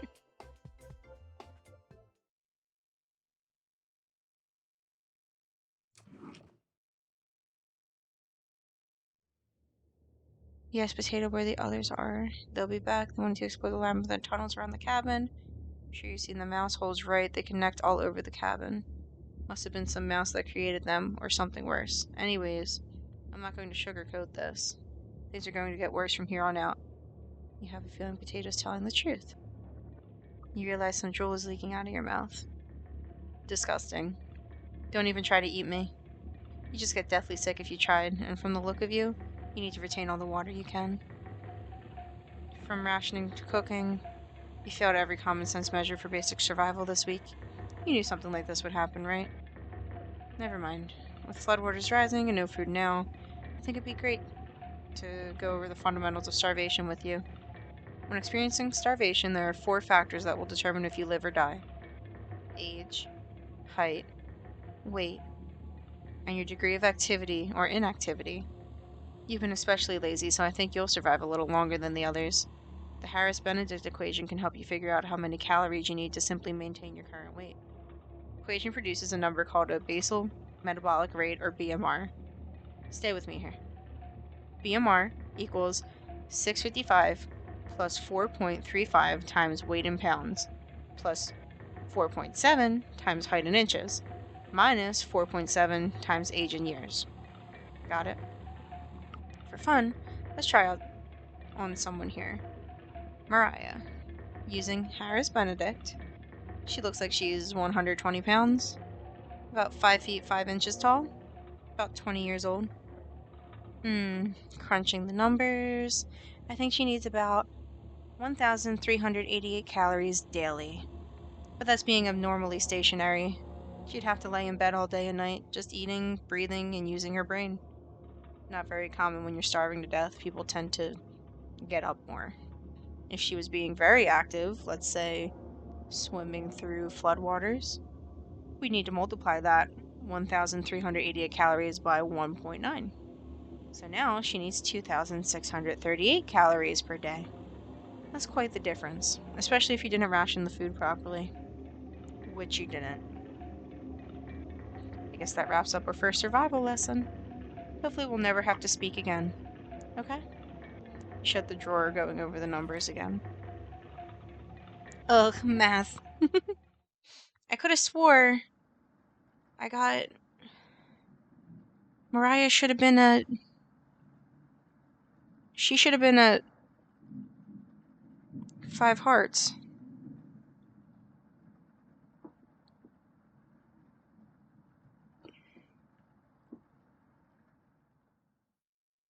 Why was she not at 5 hearts?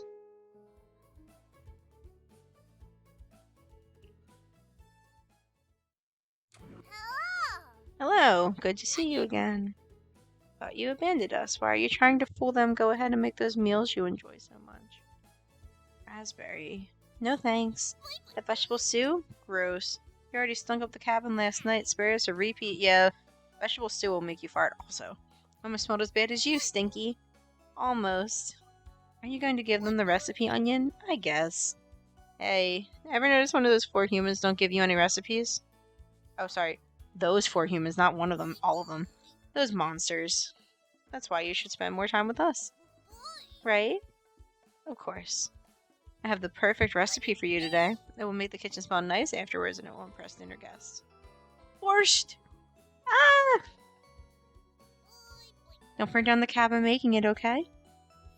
You nod. Don't be a stranger. Chompets? Mosey out.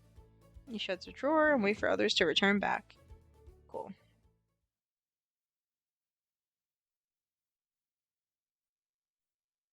Yay!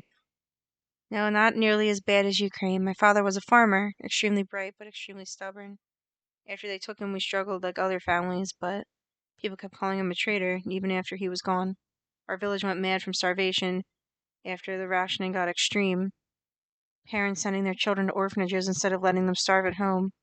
It was terrible. Absolutely terrible. Eventually, we decided we needed to escape, so we stole supplies until we had enough for the journey. To keep our spirits up, Gregor described it as a vacation. You usually don't face death during a vacation, though. Thanks for listening. Mariah walks away, saddened by the memories. Oh, that sucks. You hear Gregor calling everyone together for a meeting. Okay. Load game... from here. Cool. After the 3 go to bed, you finally have an opportunity to use the bathroom. Again? Or is this the same? Candle blew out, you grasped blindly along the floor.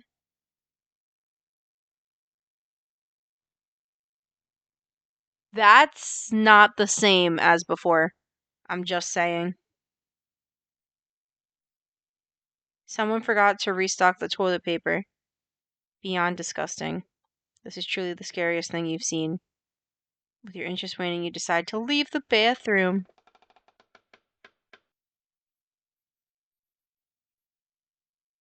What?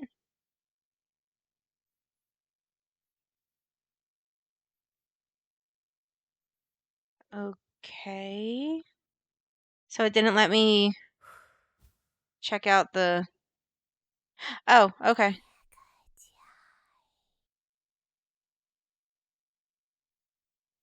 Bathtub is filthy. It will need more than a little elbow grease. A note. It's the same note? The court summons letter, which I think was saved already. And then the toilet paper, right? Okay, I leave you with the men. Go talk to Gregor. Hey. Thanks for cooking the meat earlier. I was nearly passing out from the hunger pangs. Oh. Even if I'm a meat and potatoes kind of guy, I appreciate the vegetarian dishes you made earlier. You really respected Mariah's boundaries. Aw, thank you. Gregor is more dense than you gave him credit for. If there's extras, slip me some extra meat. Okay? Gregor will remember that. Cute. Let's go see how Anatoly's doing later. You have the bedroom all to yourself. Where do you want to check first? Ooh, oh, I should have saved it. Inside the bird cage? There's nothing in the bird cage.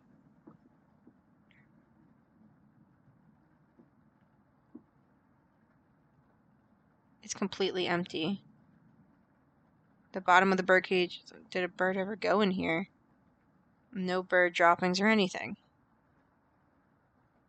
You can tell from the outside of the cage that it's completely empty, right? You observe that the cage is quite large. Maybe this isn't meant for birds. You look a little closer. You can make out an E, but the letter to the left is scratched out. L-E. This clue seems worthless. Uh-oh. No, I don't want to hit that again. Inside the nightstand, the drawer has various children's. What's on it? What's this? Oh. June 26, 1862. Another body of a child has been discovered within the city of Zakopane with the remains stuffed into a barrel full of potatoes. Cause of death was identical to the earlier victims with significant blood loss due to multiple stab wounds to the stomach. This marks the fourth victim by the butcher. Is it Zakopane or Zakopane in less than a month? And I think that's potato then. You take bloody newspaper with you. It's a bird cage.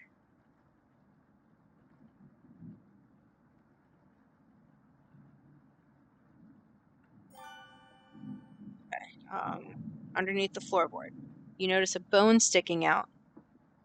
Is it a human bone? Nope, chicken bone. Gross. The floorboard looks a little loose. You'll probably try to pull it up to see under it. You're far too weak to pull up that floorboard. This floorboard should really be repaired. You wonder if you could repair it yourself. You definitely can't repair this yourself. Nobody's around for miles either. You look a little closer at the hole. You found a small sock.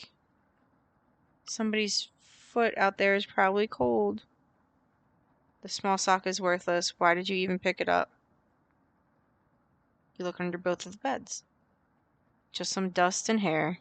Gross. Ew. You decide to inspect one of the hairs under the bed. It's long and red. Has to be Karen's hair. You inspect another piece of hair. It appears to be black. Anatoly. You find a small box in the corner. That must have been your imagination. There's nothing but hair and dust down here. Better luck next time. Ow. No, I didn't want to hit it again. Okay, and then the nightstand. Hours pass. We'll give everyone perseverance to keep going. Okay. Is the person that you're the main character? They're obviously ancient. So there's some sort of spirit-esque person or mythical creature person.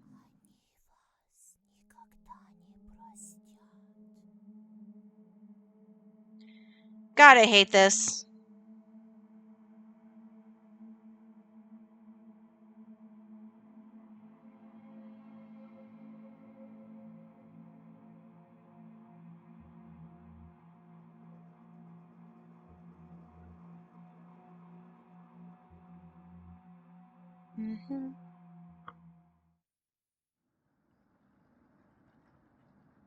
But do you think that they could have not only because seems like they're suffering while they're starving, but they're also sort of forgetting what they are?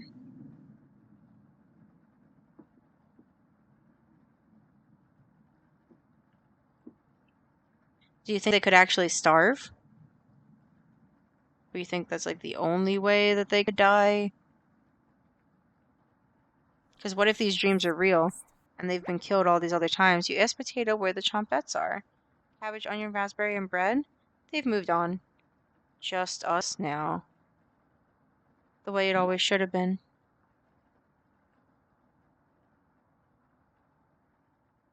Mine finally manages to forget everything that happened. You fall asleep again, still ravenous. You have a strange dream. You're walking down the steps, you trip and fall. You snap every bone on the way down, landing in the basement as a writhing pile of flesh and bones. The whispers surround you, their laughter ringing in your ears. You wake in a cold sweat.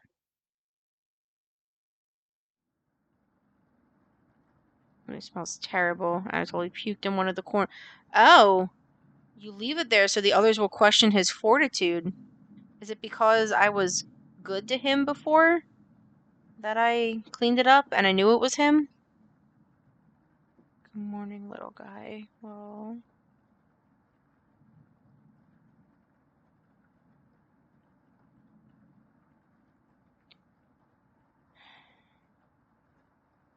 Anatoly's playing dumb for the group. Wow, that's horrible. Jesus Christ.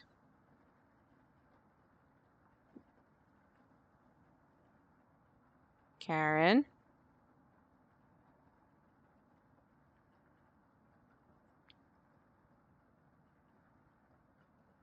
I'll talk with Gregor. Hey, I'm a little worried about Anatoly. The flood currents are really strong. Once Karen makes up her mind on something, it has to happen. I definitely won't debate her on it. Have you seen that knife she carries around? I don't know where she got it, but she had it on her at all times. Do you think it's for self-defense, or... You interrupt Gregor. Cooking? Yeah, I mean, she hasn't cooked anything here. But Gregor continues to babble incoherently. Oh, you feign concern and nod politely. Oh, whoops. He noticed you weren't actively listening to him.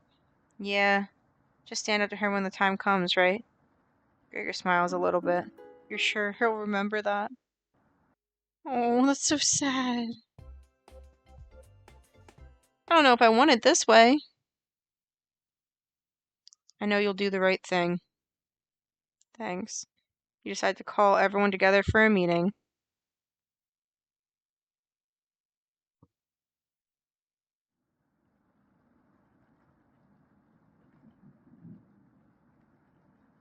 Anatoly, you okay, little guy? Anatoly looks pale like he's going to pass out. Anatoly, have you made a decision? Yes. I'll help you all out. Okay. Big tears roll down Gregor's cheeks. I'll miss you, big guy. Oh.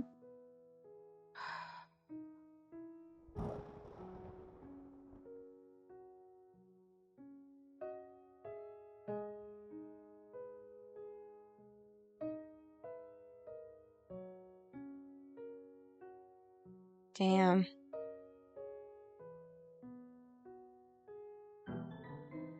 Okay.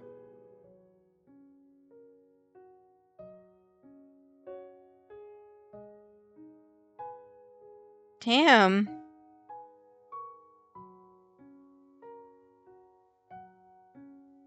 Okay. Red-haired woman's too ravenous at this point. The more she consumes, the stronger she gets. At what cost? Sometimes staying silent works better. Just walk away and pretend you're innocent later. What a terrible perspective Potato has provided. The Chumpets never would have listened to this crap. You fall asleep thinking about what Potato told you.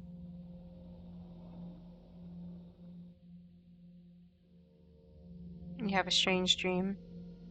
It's lying on the table in front of you. Oh, yeah, Anatoly, I'm sorry. You wake up in a completely different place. Did you sleepwalk or meet?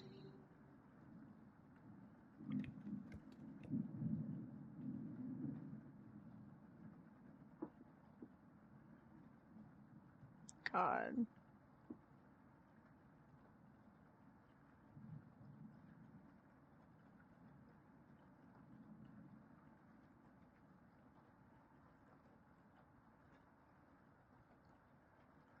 Alrighty.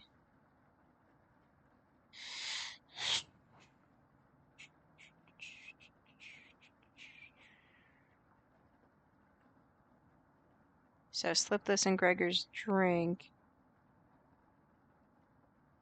Oh, I have a say nothing option? Okay. You leave Karen alone in the kitchen, calling to bed and falling asleep instantly.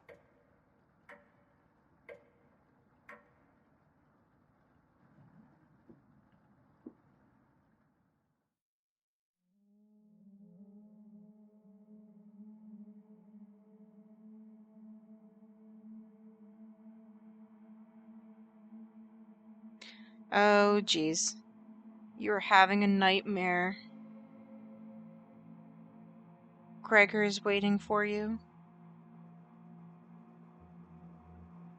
You get out of bed and follow Karen to the couch. Uh,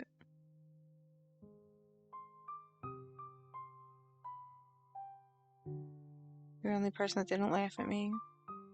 When I was 9, a friend and I were playing in the woods. We were far from home, about an hour away. My friend found some baby marmots, probably only a few weeks old. He was so busy playing with them, he didn't notice a boar mother and a piglet behind him. The boar thought he was too close to its child, so it ended up goring him in the lung with one of her tusks. The wheezing, those shortened breaths. He was gasping for air as his lungs filled with blood, and there was nothing I could do to stop the bleeding. It took me an entire day to carry the body back to his house. I was so weak, I had to take breaks every few minutes. When I arrived at his parents' house, it was completely pitch black out. My hand shook as I laid his body at the door. I was almost as cold as he was. When his mother finally opened the door, I will never forget that scream as long as I live. I never wanted to let anyone down again with my weakness. Ever. So I pushed myself to the breaking point as a teenager, getting stronger every week. I should have never left Ukraine. Gregor looks like he's about to cry. Thank you. Oh, he's fucking gone.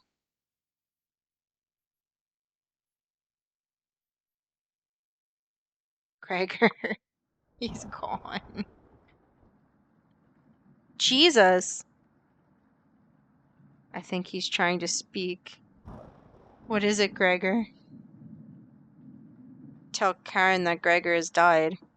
He hasn't spoiled yet. Let me show you the rest of him. Karen shuffles over to the basement door, opening the lock with the knife. Why wait until she's in the basement? Take back the knife and end her life.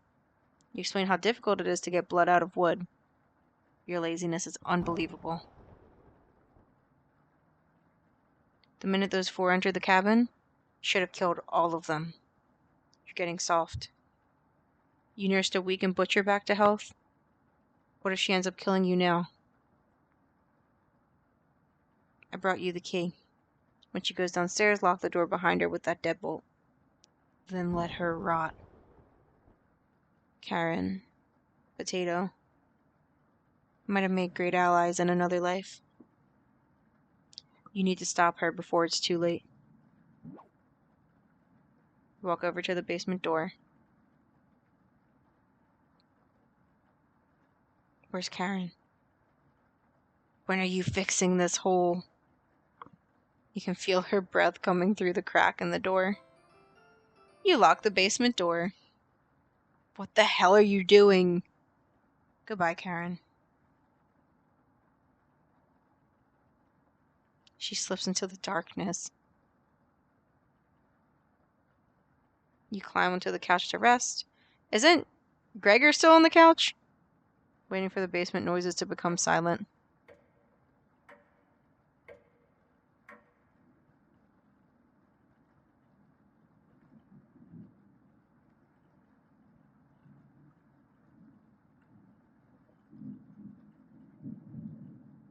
Mariah was correct. It's freezing over here. The Frigidaire swirls visibly in front of you. The basement noises have completely stopped. What do you want to do? Oh, fuck.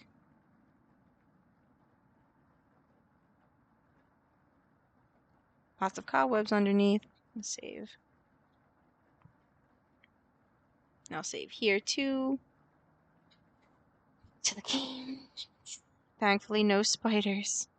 Under the couch, you notice a child's toy. How did this get under here? Under the couch. There's a small wooden boat.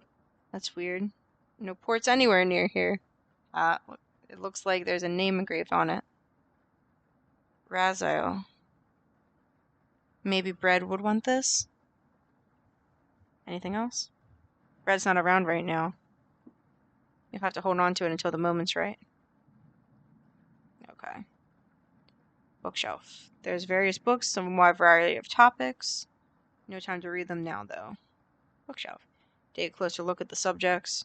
Cooking, herbalism, skinning. Books that are good for surviving in the wilderness. Bookshelf. Take another look at the subjects. Carpentry, metalworking, tailoring. Books that are good for crafting in the wilderness. Bookshelf.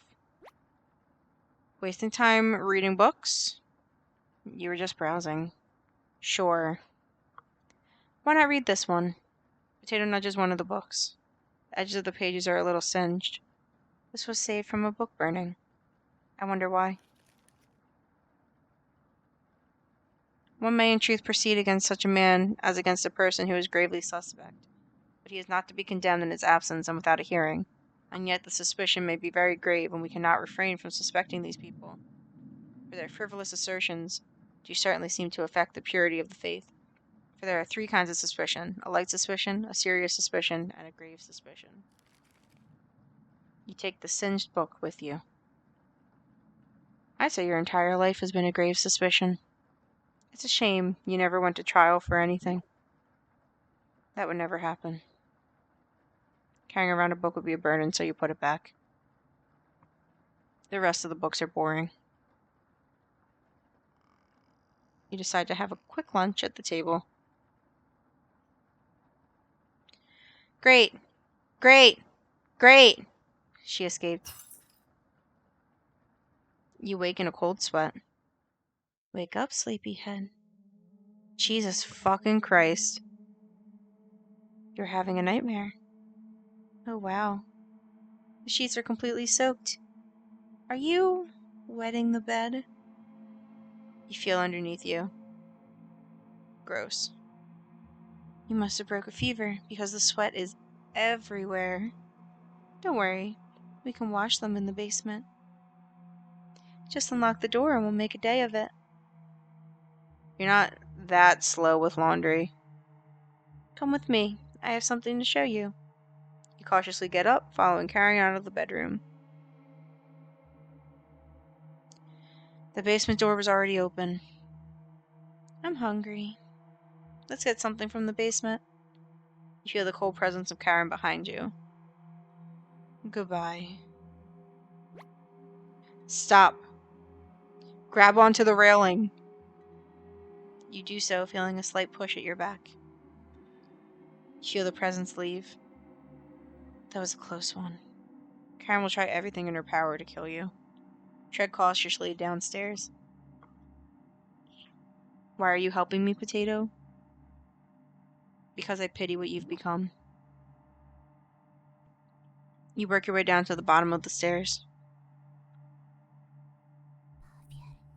Something is approaching.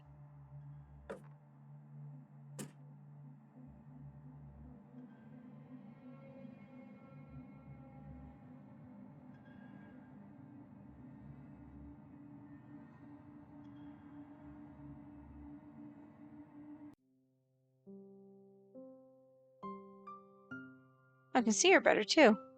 Can you hear me? I've been down here the entire time. It's so good to see you again. There's plenty of bread down here. Why aren't you saying anything? I'll never forgive you for what you did. You put Anatoly through hell. I've seen this.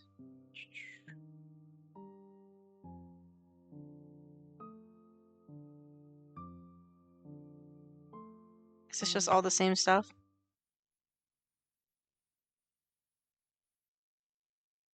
Yeah.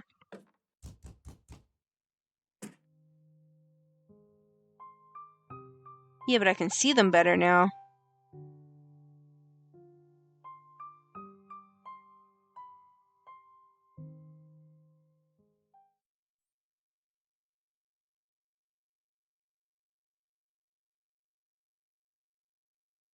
Alright.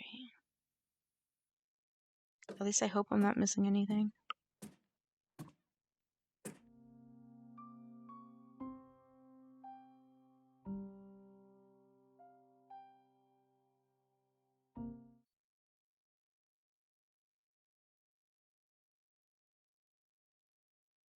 Alright, so I should be good. Okay. Found you. Karen's growing stronger than you as of late. Consuming her friends has imbued her with rage. She's lost in the abyss, and nothing but death can end this madness. I hope you're prepared for what comes next. You feel something creeping up in front of you. Hello! Hello! Cabbage, what are you? Cabbage! Took us Cabbage! forever to remove the rubble you put in the mouse holes. Chompets, Help! come out. Oh, oh. Never fear, Onion is here. Like my cousin Cornbread says. Oh, okay. Raspberry! Oh, sometimes Mary Raspberry. Will you let us go? You shake your head. Someday, maybe. Chompets? Cabbage! We can't allow Karen to take over the cabin. She's much worse than you, Stinky. Okay. You don't need our help with this. Just remember what she's done. Channel that anger. She's just like Potato now, right?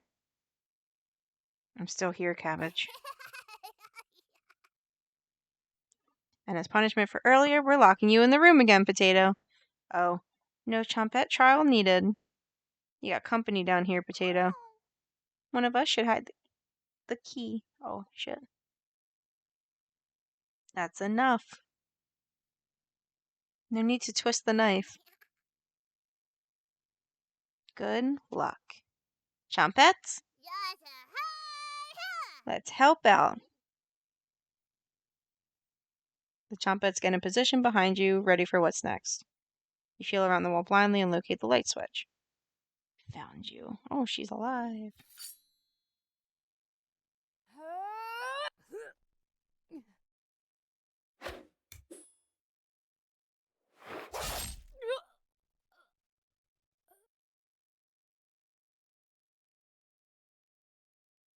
Bye, Karen. Oh.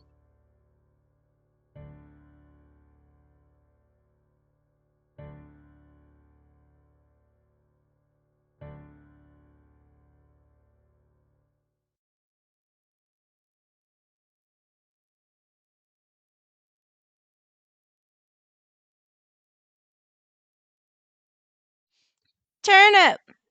Cabbage! Look, he's trying to speak.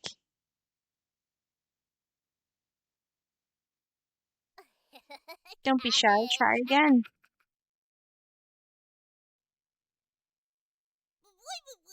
Might take a few more days. Welcome to the Chompettes, Turnip. But they said he? Cabbage!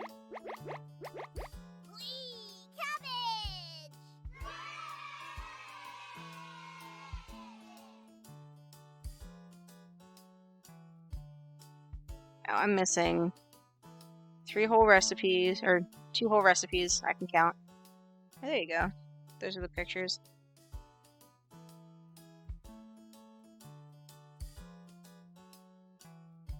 They're not as horrible when they're not flashed at you.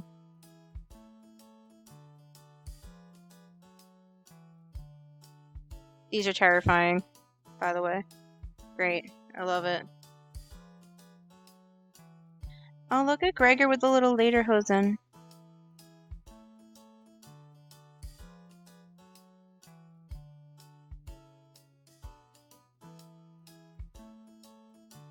Fantastic. So there's 1 and then 2 recipes, and that's it. Recipes I'll get later, and then this one. Converse with Karen in the bedroom. There we go. Hi.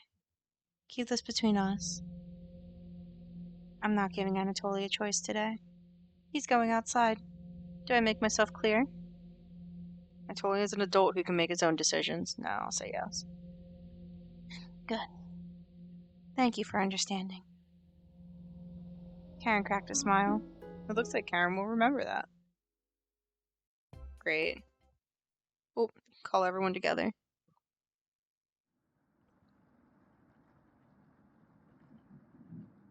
Alright, and then they will kick him off the island. I love Anatoly. Goodbye.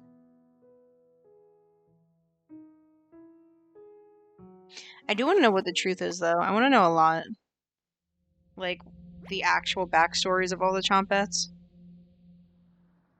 Alright, so now I'll say I'll slip the anesthetic. Yes. Looks like Karen will remember that. Yes! Karen's hands you a mysterious vial. Gregor, it's been a while since you had some water. Come drink with us. Oh, he knows. Gregor looks frightened. No, I can't stop thinking about the little guy. Can't even remember what happened before we arrived. It just never ends. I miss Anatoly and Mariah.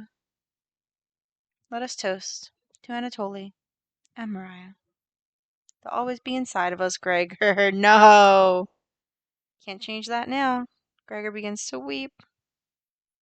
You're right.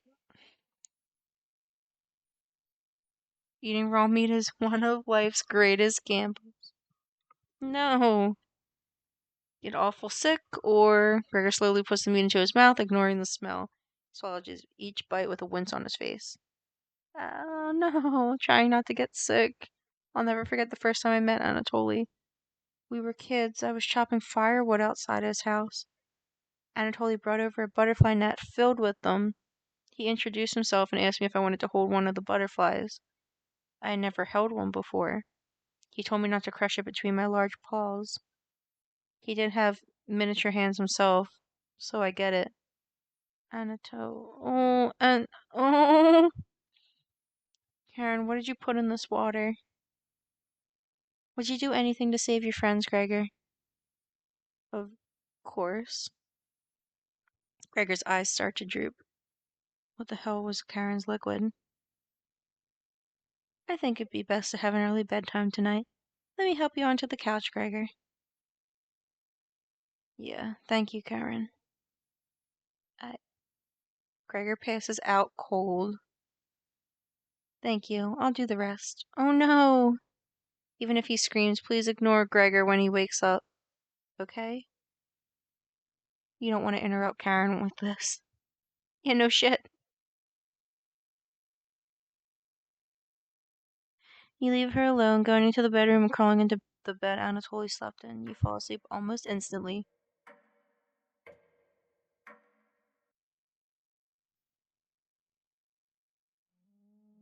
Wake up, sleepyhead. Great. You were having a nightmare. I'm sure I was. He's already dead?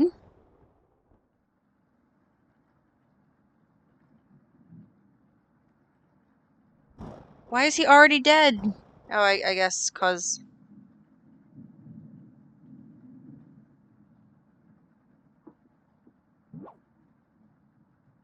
Wait. No, this isn't what I wanted to do. She's hot. Yeah. I want to load the game from here then, and I should be able to get what I want.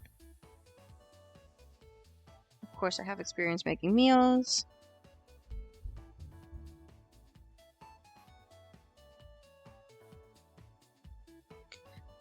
Fucking chompets. Yeah, I don't mind Karen. I mean, she's a little insane. Here you go. Here's Karen. Hey, this paper nailed to the wall looks pretty ancient. What were the old days like? Extremely brutal.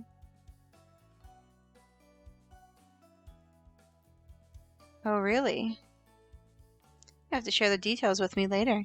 Okay? Karen will not be able to stomach your stories. But you still agree you'll tell her the details later. Karen will definitely remember that. Yeah, the scary faces too. Yay! Hear a shout from the other room. The radio. Which one didn't I do? Guess the kitchen I didn't do, right? Hello, onion. Or I did. Boy, boy. Yeah, I did. Boy, boy, boy, boy, boy, boy.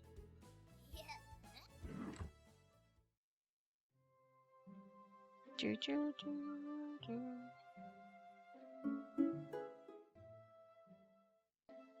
I want to talk to Karen.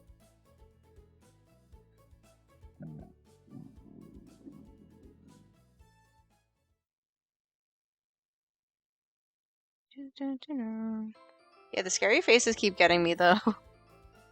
They're like, is that uncanny valley sort of thing?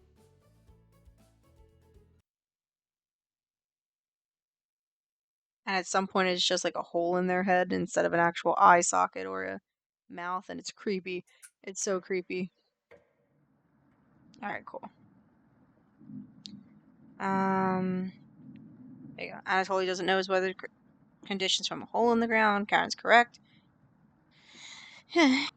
You're funny. I keep pretending with those books, Anatoly.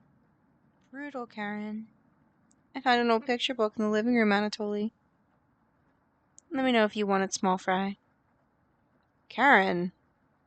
Karen smiles at you. I guess let's call it a day. Yeah. Sure. Oh, sorry. It's a shame Anatoly's sleeping in the same bedroom. I should have never let him be the one to share with me. But what if it was just me and you? Oh, I'm sure we could study and squeeze a few novels in before bed. You nod. Well, we'll have to see if we can kick him out at some point, right? Oh, you'll have to tell me about that. Wow. Why do I have so many weird books? An atomization book on the bookshelf. Really cool pictures in there. Karen looks like she has a crush on you. Nice. Let me know if you're ever free for a lesson. Okay? Karen walks away looking very happy. You're definitely sure Karen will remember that. Squeeze something else. Behave. You get ready to bed and put a blanket on. You go to sleep very hungry.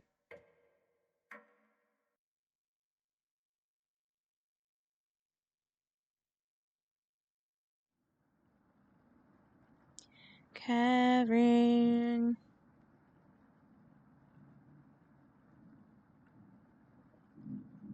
Speak with Karen.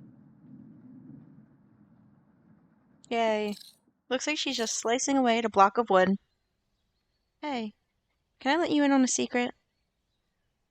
I've actually enjoyed your cooking so far. Aw, the others expect me to be rude and mean, so I have to keep that reputation up, right? Can't have anyone thinking I'm soft. You're not sure where this is coming from. Promise me you'll give me some cooking lessons soon, okay? She's not ready yet, but you nod politely. Thank you. You're definitely sure Karen will remember that. Your relationship is stronger. You leave Karen by herself to do her business. I want to speak to... Oh, here you go. Think instead about everything you've done wrong and how you've doomed everyone. Could you have rationed supplies better? You crunch the numbers one more time. You could have reduced the amount of vegetables used in the stew, but it was their first day. You had to impress them. Was there anything you could have done differently? Probably not. Mariah, Anatoly, Gregor, Karen. You wonder if they're upset with you. Gregor calls the group over for a meeting.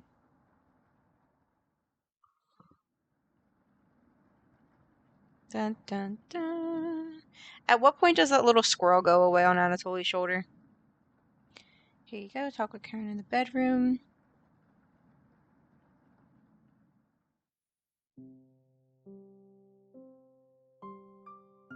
You don't have to lie to me. I know Mariah's not coming back. I don't know where she came up with her being the best swimmer.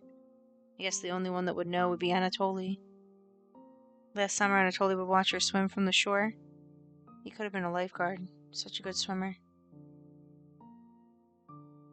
She never went under, but if she did, he would have pulled her out easily. Why would she lie about something like that? Karen seems deep in thought. Maybe it's better to leave her alone. He closed the door softly. Oh.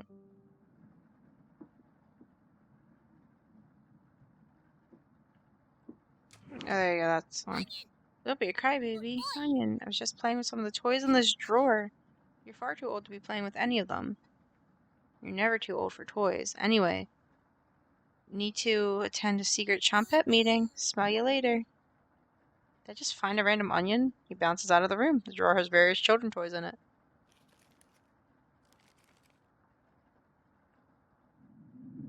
Converse with Karen in the bedroom.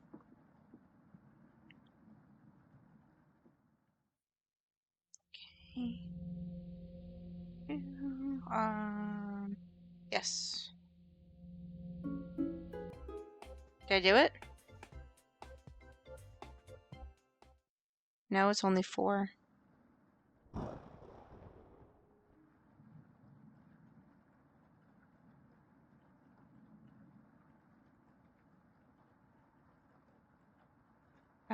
Yes. And I'm done? Yes!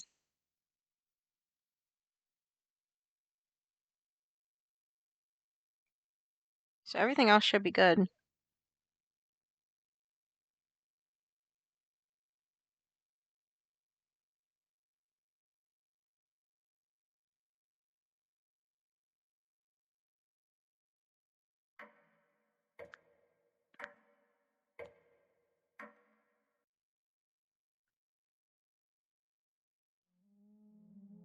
Yay.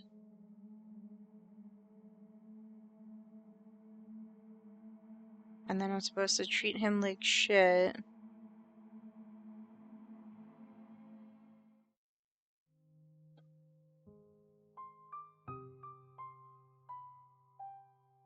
Yes, I'm disappointed in you. Oh, I wasn't expecting that.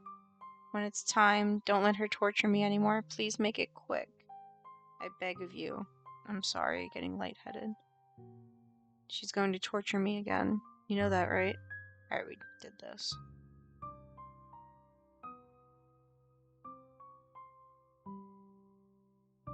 You monster. Let me die in peace. Leave. I don't have any more words for you. You... oh.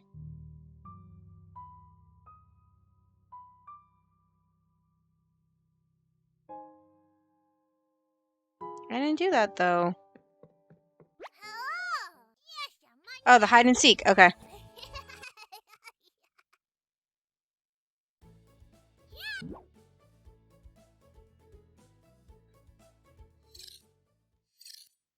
What?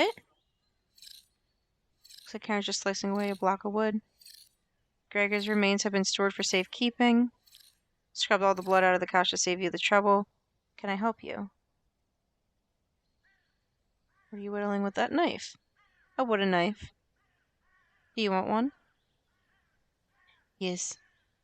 Give me 5 weeks. I'm behind schedule right now, and you're wasting my time. Scram. You feel a sense of deja vu. Are you leaving so soon? The basement key is probably in the kitchen. Come back if you get lost. Thank Karen and head in the kitchen. Thankfully, there's not too many places for cabbage to hide. Check the cupboards. Thanks. You open another one. It has dried blood in it. This drawer is empty too. Are all of these empty? More empty cupboards. This would have been 4. You completely missed underneath the sink. On the left side is the letter L is engraved. Who wrote this? I'm pretty sure she's in the cauldron. Nothing but cobwebs. Thankfully, no spiders. Actually, there's quite a few rat droppings. So there's a good collection of cobwebs and rat droppings now. The dust is pretty thick back there too. Cobwebs, rat droppings, and dust. This should really be cleaned.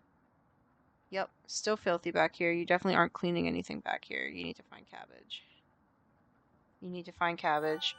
You notice an engraving of a cabin wall with an X. L-E-X? Or L-X-E? Yay, found her! She always picks the same hiding spot. Ah, you found me! Well done.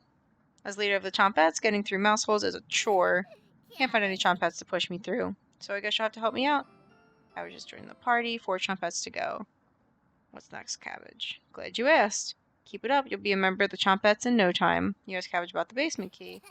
Forget again, it's right in that nasty oven. There's nothing but a big pile of ashes in the oven. Oh, you found the basement key. There it is.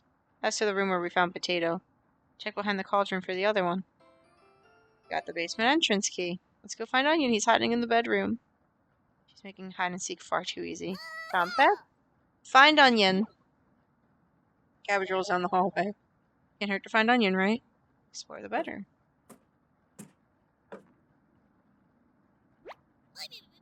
Found him! Good try, baby. That's me. Onion. Today, I'm sweet as sugarcane. Honest. Wow, your breath stinks. Drenched head to toe in sweat, too. Could smell you coming a mile away. Gross. Were you scared of the red-haired woman or something? You tell Onion the truth. Whoa. Sounds like I missed some messed up stuff. You get a pass. Sorry to hear about Mariah, Anatoly, and Gregor. But yikes. That's 3 people gone in less than a month. Not as bad as 5 people in one night, though, right? I would probably lose my lunch if I had to see that again. Anyways, didn't mean to be rude. I got your back. Onion has joined the party. Glad to have you join us, Onion. No problem. There's nothing else to do today. That's not true. I heard Bread making noise in the living room. You know how loud he can get. Bread! The one and only. Chompets, let's move out. The party is quickly expanding. 3 Chompets left. Getting a terrible headache. And your face is feeling numb. And your legs aren't moving. Oh well. You do some time breathing exercises for a few minutes.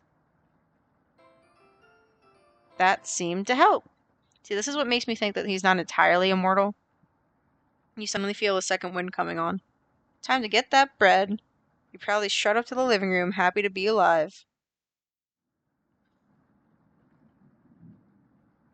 Bread. You hear Bread come out of the mouse hole. He's taking his sweet time. Found me. Everyone's secret favorite, Chompet. Bread. Don't you loaf me? My cousin Cornbread taught me that one. He has hundreds. No, thousands of terrible puns. He's my role model. So, what do you need? You tell Bread about gathering the Chompets together. That's a pretty crummy idea. Remember what happened last time? With Potato? I mean, we all chose to be in that drawer, but this? You're going against the whole grain here. Do you really think we want to go back downstairs? Brad, we need your help finding Potato.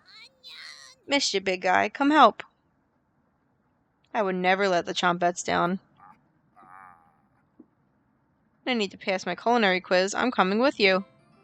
Bread has joined the party. That's great, Bread. Glad to have you on board, Bread. Of course. Wait. Are you drooling? All 3 Chompets are staring at you. Are you thinking of eating us? You accidentally lick your lips. Cabbage! Oh, snap out of it.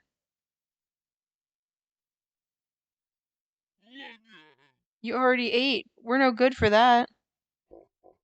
You glutton.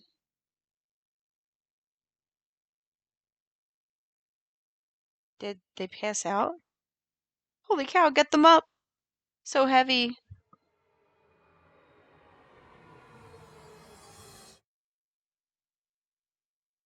You stumble to your feet. Let's go find Raspberry and never speak of this again. I think I heard her over by the basement door. Perfect. Chumpets? Quick save your game. Mosey out. You have 3 Chumpets in your party. 2 more to go. Your head feels like it's going to crack open. Your hands have gone completely numb. This one is lasting longer than the others. You focus on wriggling your toes for a minute. You didn't pass out cold on the floor. 2 more to go. You go check out the basement door. Where is she? You feel a chill run up your spine. Goosebumps are all over your body. She's here! The birds outside turn silent. You could hear a pin drop. You can almost hear her breathing. You feel the sudden urge to scream. You can't sneak up on me.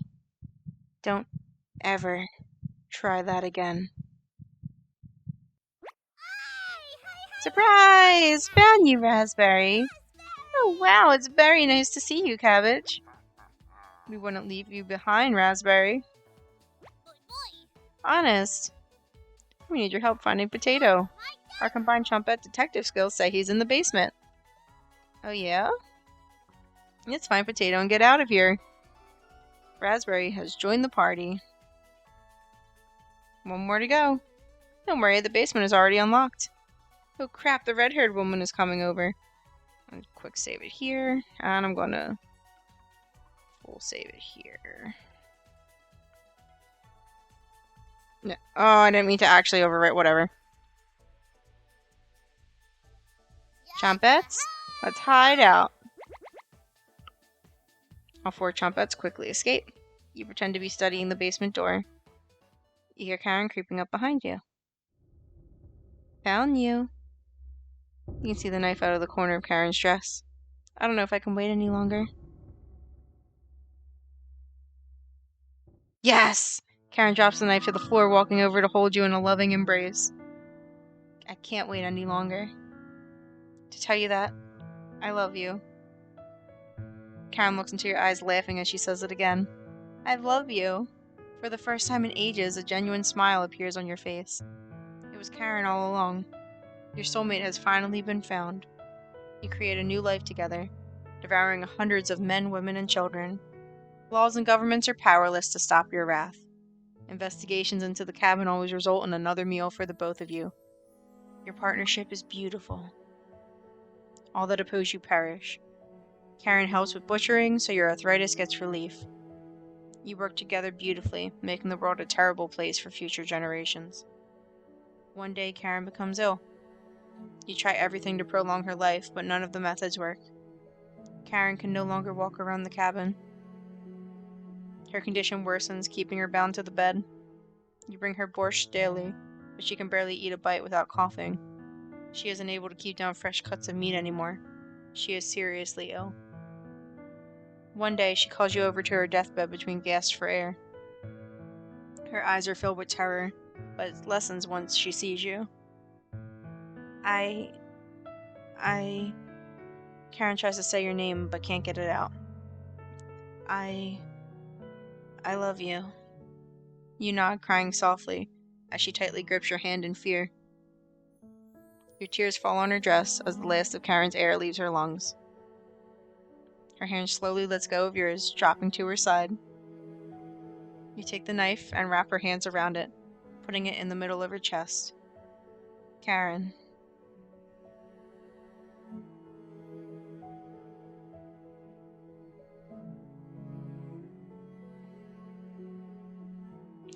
Not my waifu. You were a true cooking companion.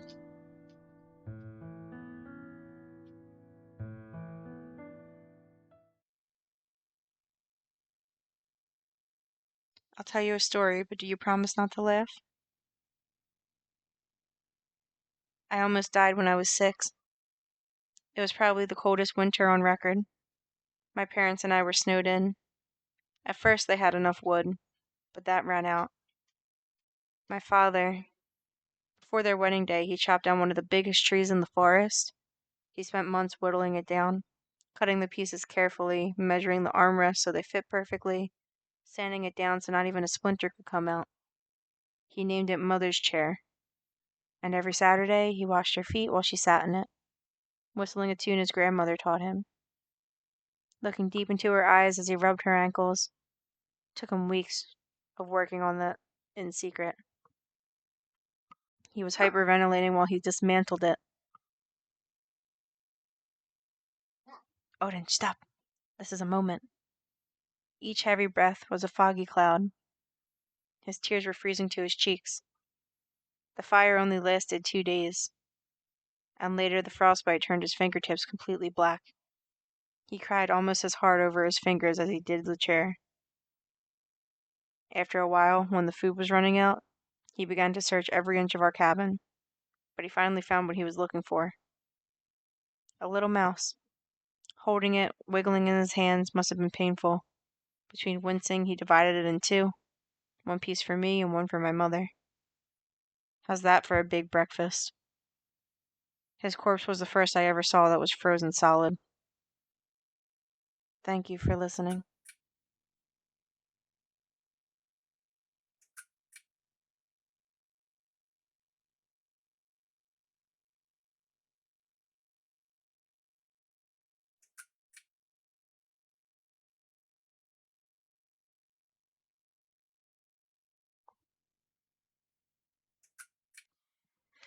So, I think that's it for cooking companions. I wanted to do all that I could for it, and I believe I did. Or at least I accomplished what I wanted to. It took a while, but I think it was a Thanksgiving well spent. Very nice, wholesome game about friends and cooking and good food.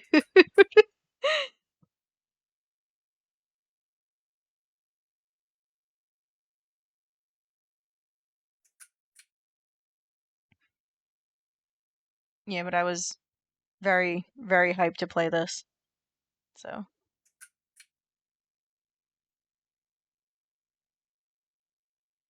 and it did not disappoint.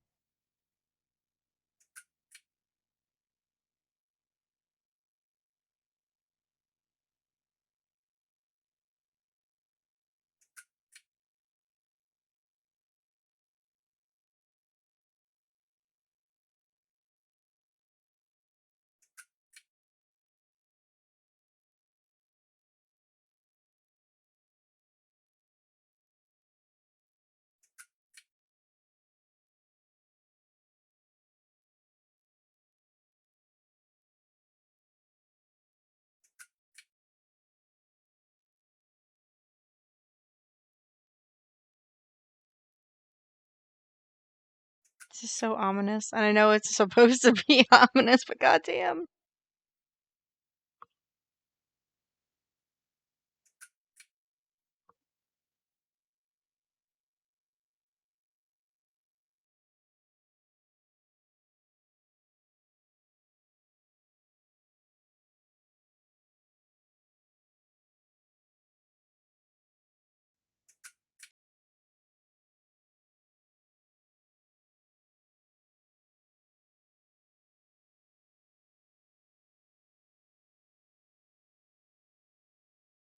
I shouldn't have gone back to game. Title screen. Yes. Ah. Yes? No? Okay, jeez. Cabbage. So what it is that you were always what it's implying is that you are an ancient monster like cannibal where like you look human but you've been around so long eating people and there's some sort of magical property either in you inherently or that you get from the meat of eating people that you become friends with. Or just eating the meat of people in general, but I think it messes you up more if you become friends with them, mentally and physically. So, this person's been around for a while, the main character. Right. And this takes place in the early to mid 1900s in Ukraine when they had the famine. So, or this isn't in Ukraine. The characters are fleeing from Ukraine so they can get away from where the famine is. And they go to your cabin, which is in the mountains that are in between Poland and Slovakia. And they sort of like try to take refuge there because they didn't think anyone lived there. And that's the main character's entire thing, is that he sort of funnels people in to his cabin, or their cabin, her cabin, whatever the person is, because it doesn't really specify, and then winds up eating them. And the chompettes were the souls of people that... Okay. People that he's eaten. Oh, that's creepy.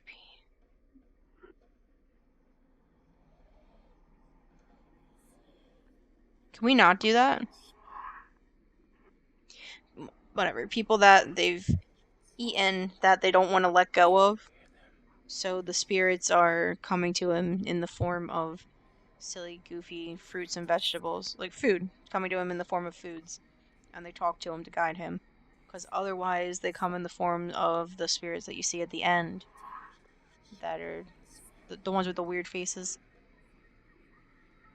And then the connection that you form with the people, I'm assuming, is what makes them become these food items, because Karen, at least I'm assuming, is Karen turns into Turnip at the end of the one ending.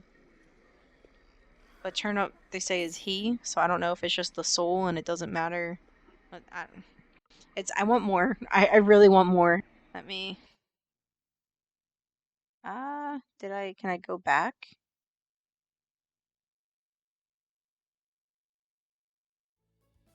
There you go. Wait, what? Oh, I said, do I wish it... No, do I wish it to continue, and it's... Oh, okay.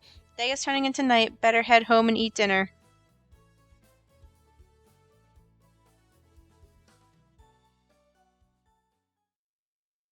Oh? Cabin is completely silent. What do you want to check out? What?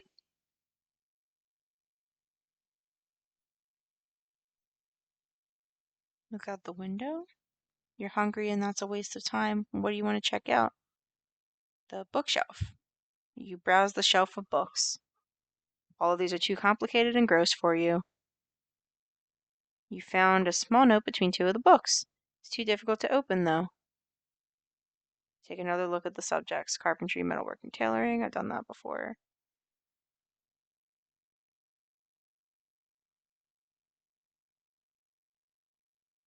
Okay. Bathroom? You're too afraid of the bathroom right now. What do you want to check out? Bedroom. It's not time for bed yet. You're very hungry right now. What do you want to check out? Basement door. Basement door is already unlocked. You open the door ready to traverse the basement. What is this? I thought I was done.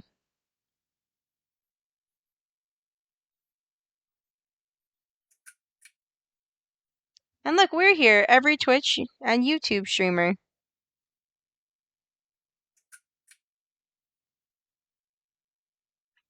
We did it, boys.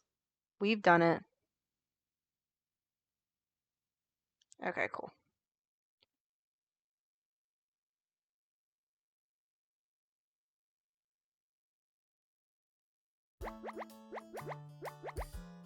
Alright, now we're gone. So, I'm going to end this before the song starts going all wonky. So thank you guys so much for watching me play. If you want to follow and you're watching and you have not followed yet, you give that follow button a push. It's 100% free and it'll let you know when I'm streaming next. If you want to follow either my Discord server where lovely people like these in the chat or myself are talking about anime and memes, you can follow that. Link is on my Twitch page, or you can use the Nightbot command !Discord, and the same for my Twitter. It's on my Twitch page or !Twitter, and that lets you know when I'm streaming next as well. I think that's it. Thank you guys so much for watching. I hope you had a great holiday with lovely people, hopefully, and tasty food. See you guys. Thank you.